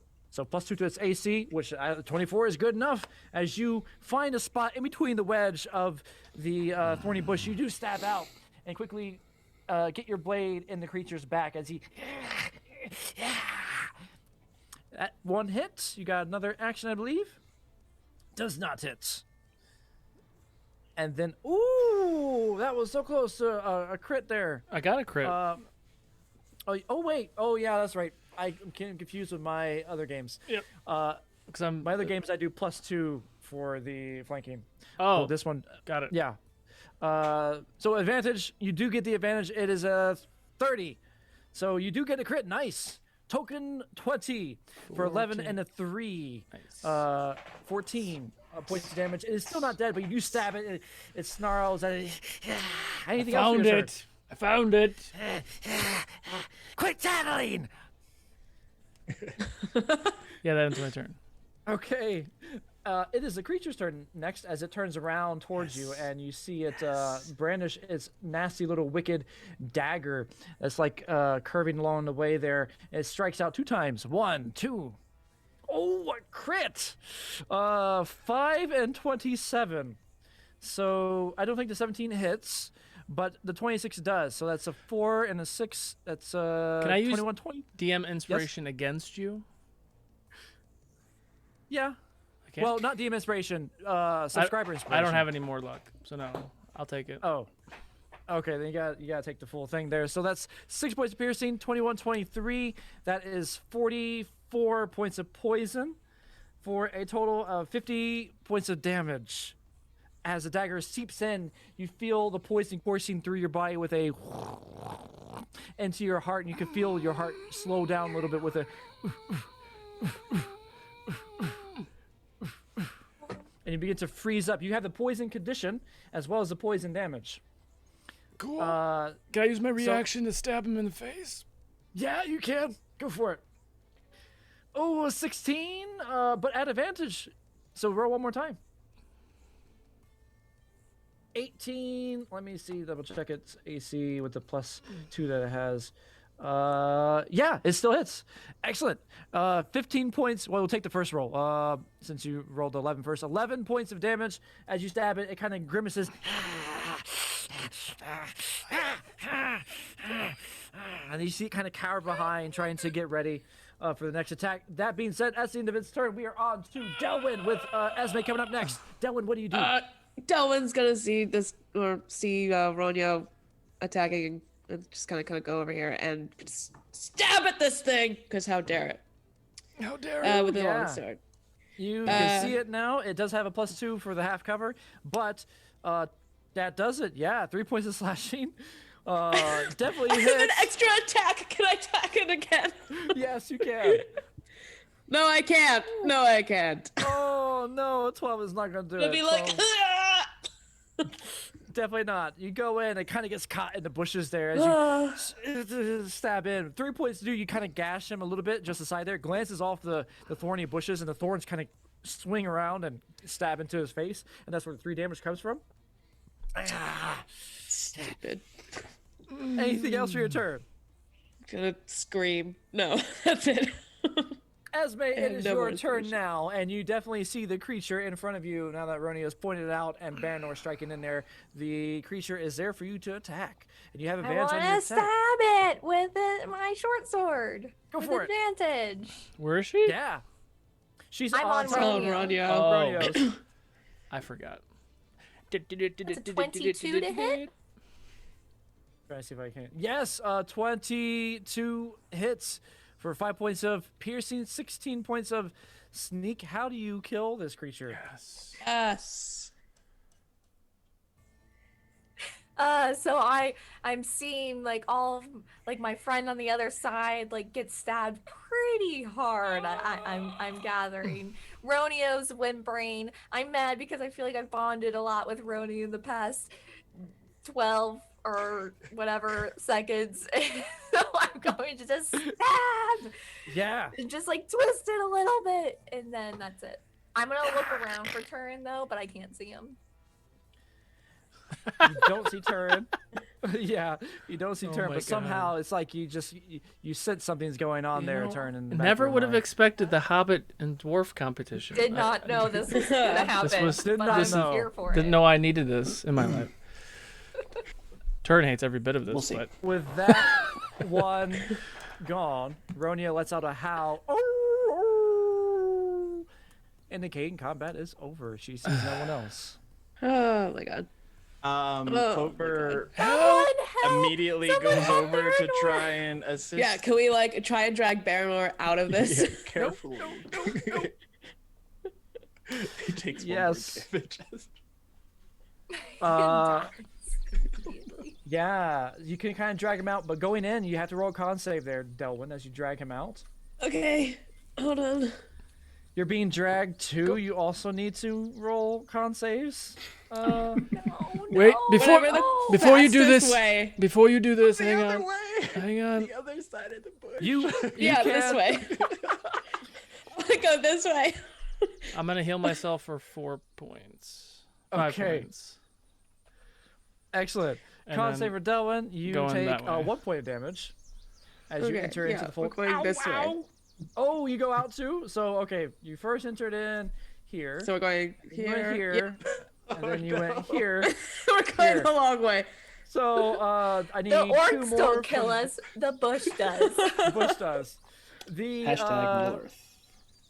rivers now Even bushes. the bushes. Now bushes. Even the Nature in Middle Earth is a force to be reckoned with. It's That was what brutal. Tolkien was saying in his books. The Ents Yes. rise up, the bushes rise up, the water is ready to kill you. Anyways, 2 con saves for Okay. Baranor and 2 more for Delwyn. Oh shit. Is that just one? Because I just went out. Oh wait, one? sorry, no, you're right here. 1. Yeah, Yeah. 1 for you. Sorry. Yeah, I made mine. It was a 12. And then 1, 2. Whoa! Delwyn! You take a full 8 on the first one.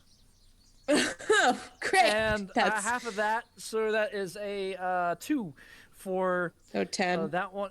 For Yeah, that one 10, and then 2 more for Baranor. I got 2. Woo! I'm up. Yes. I'm glad I put that salve on myself before I went through the pokies again, because I was at 1 hit God. point, Chris. Wow. Oh my god. So close. So close. What? Can I tell a riveting tale? Clovis just starts getting to work.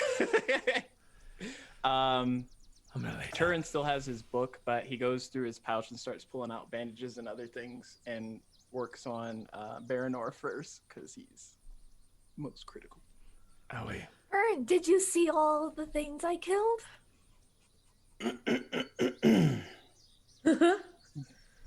Aye. I did. Go out There to were the things misty that I was about mountains, to they kill. said. It would be fun, they said. I mean, I did so well, right? I mean, You're a great kid. Great. Lore Master, how many minutes do we have here? All of the minutes. Okay. You have I a mean, little bit of time at the moment. You don't have any indication that there's anything else around. However, it is dangerous to stay out for too long in this path, especially if you were just ambushed. Mm-hmm. Mm-hmm. I want to try and take at least 20 minutes to do 2 separate 10-minute heals to get like a lot of healing and patching Oh. work done. Okay. Would that be considered a short rest in that case?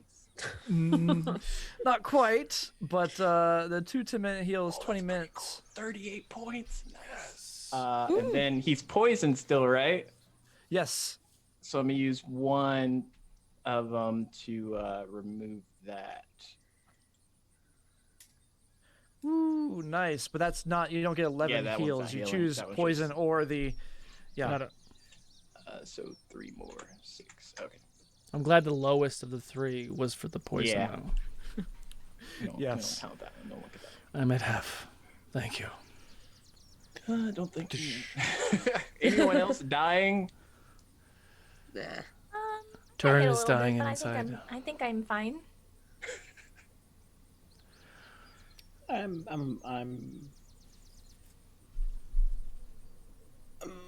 feeling like 48 out of 83.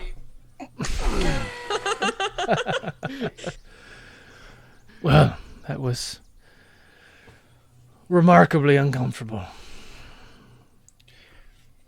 Sorry. It's all right. What was that? Kid, it's what they call an ambush. No, I know. What did they stab you with? Oh, poison. Orcs and Must be goblins specific tend to do kind. that often. Take my word for it, kid. You don't want to know what kind. You end up going down a dark path. Many, many times. Over. Sounds like you have it from experience. Yes. I did the most amount of damage I will ever do in this game. And I took like 9 shadow points for it. Yes. That was great. It was a good time. Totally worth it. Oh, I figured it out. You're a hobbit. Baranor's kind of like almost laying down and just ends up just going flat when he hears that. Just like, just gonna sit here for a second. Which one are you? Oh, I'm Clef. Just my Clef. name. Great. Nice to meet you. No more talking for you. Just no more. Oh god. Oh, right, we're right. not- I know no, the no, rules. Clef, I, Clef. oh, shh. We're quiet. paying you a lot of money for fuck all. No talking. I'm getting paid. Oh, I'm getting paid. I didn't know that. Oh Jesus. I'll talk to Tryson. Just we don't. After we're done. No talking for now. Talk to Yes. him later. We don't want to alert any more orcs. So shh. Right. Plus the sound of your voice just makes me want to quiet. fucking Yes. throw myself off a cliff. So there's that as well. There's that. Roll a wisdom save. Oh god. Can I give him advantage because I was helping? I can make you roll a wisdom save too. No, I'm good. Wisdom Okay. save. You got Ooh, natural nice. 20. Ooh, it doesn't Natural even need 20. it. Yeah. Doesn't even need it. You're on point with this. Does that mean I lose a shadow point? That'd be a fun mechanic to add. I feel like That would I feel be. like that's some good homebrew.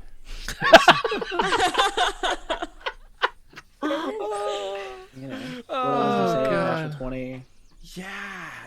That's not a bad idea. But we'll wait until you're at least tier 3. That's not that far away. As you stand around the slaughtering of orcs about you, and now coming together for the first time on your own adventure, setting out into Gunabad, you do hear, now that the orcs are gone, it's as if life itself kind of flew back in. Nature is swarmed around, as if the presence of evil is no longer there.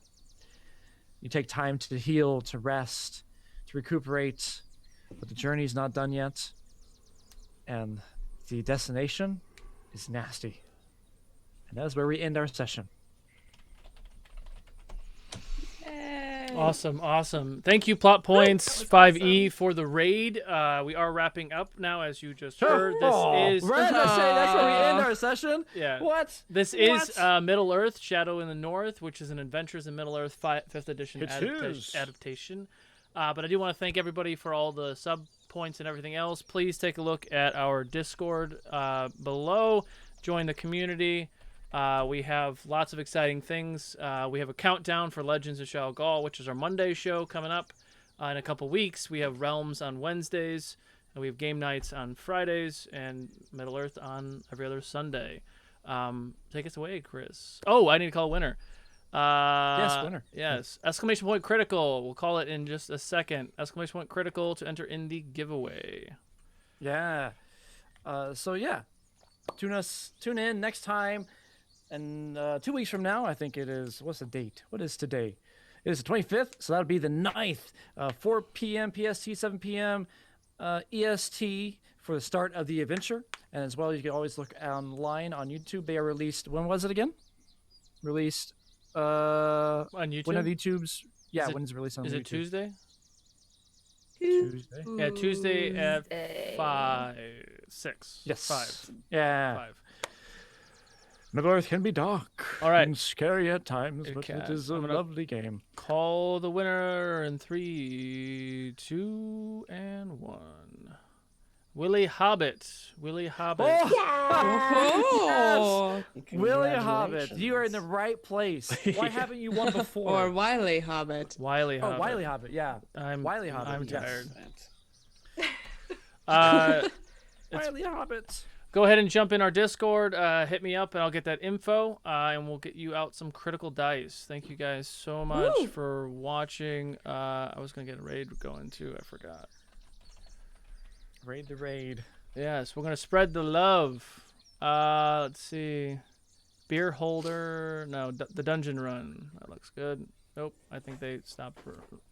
It's always hard at this time of night. Everybody's ending. Yeah, everybody's... In this wave, everybody's ending, yeah.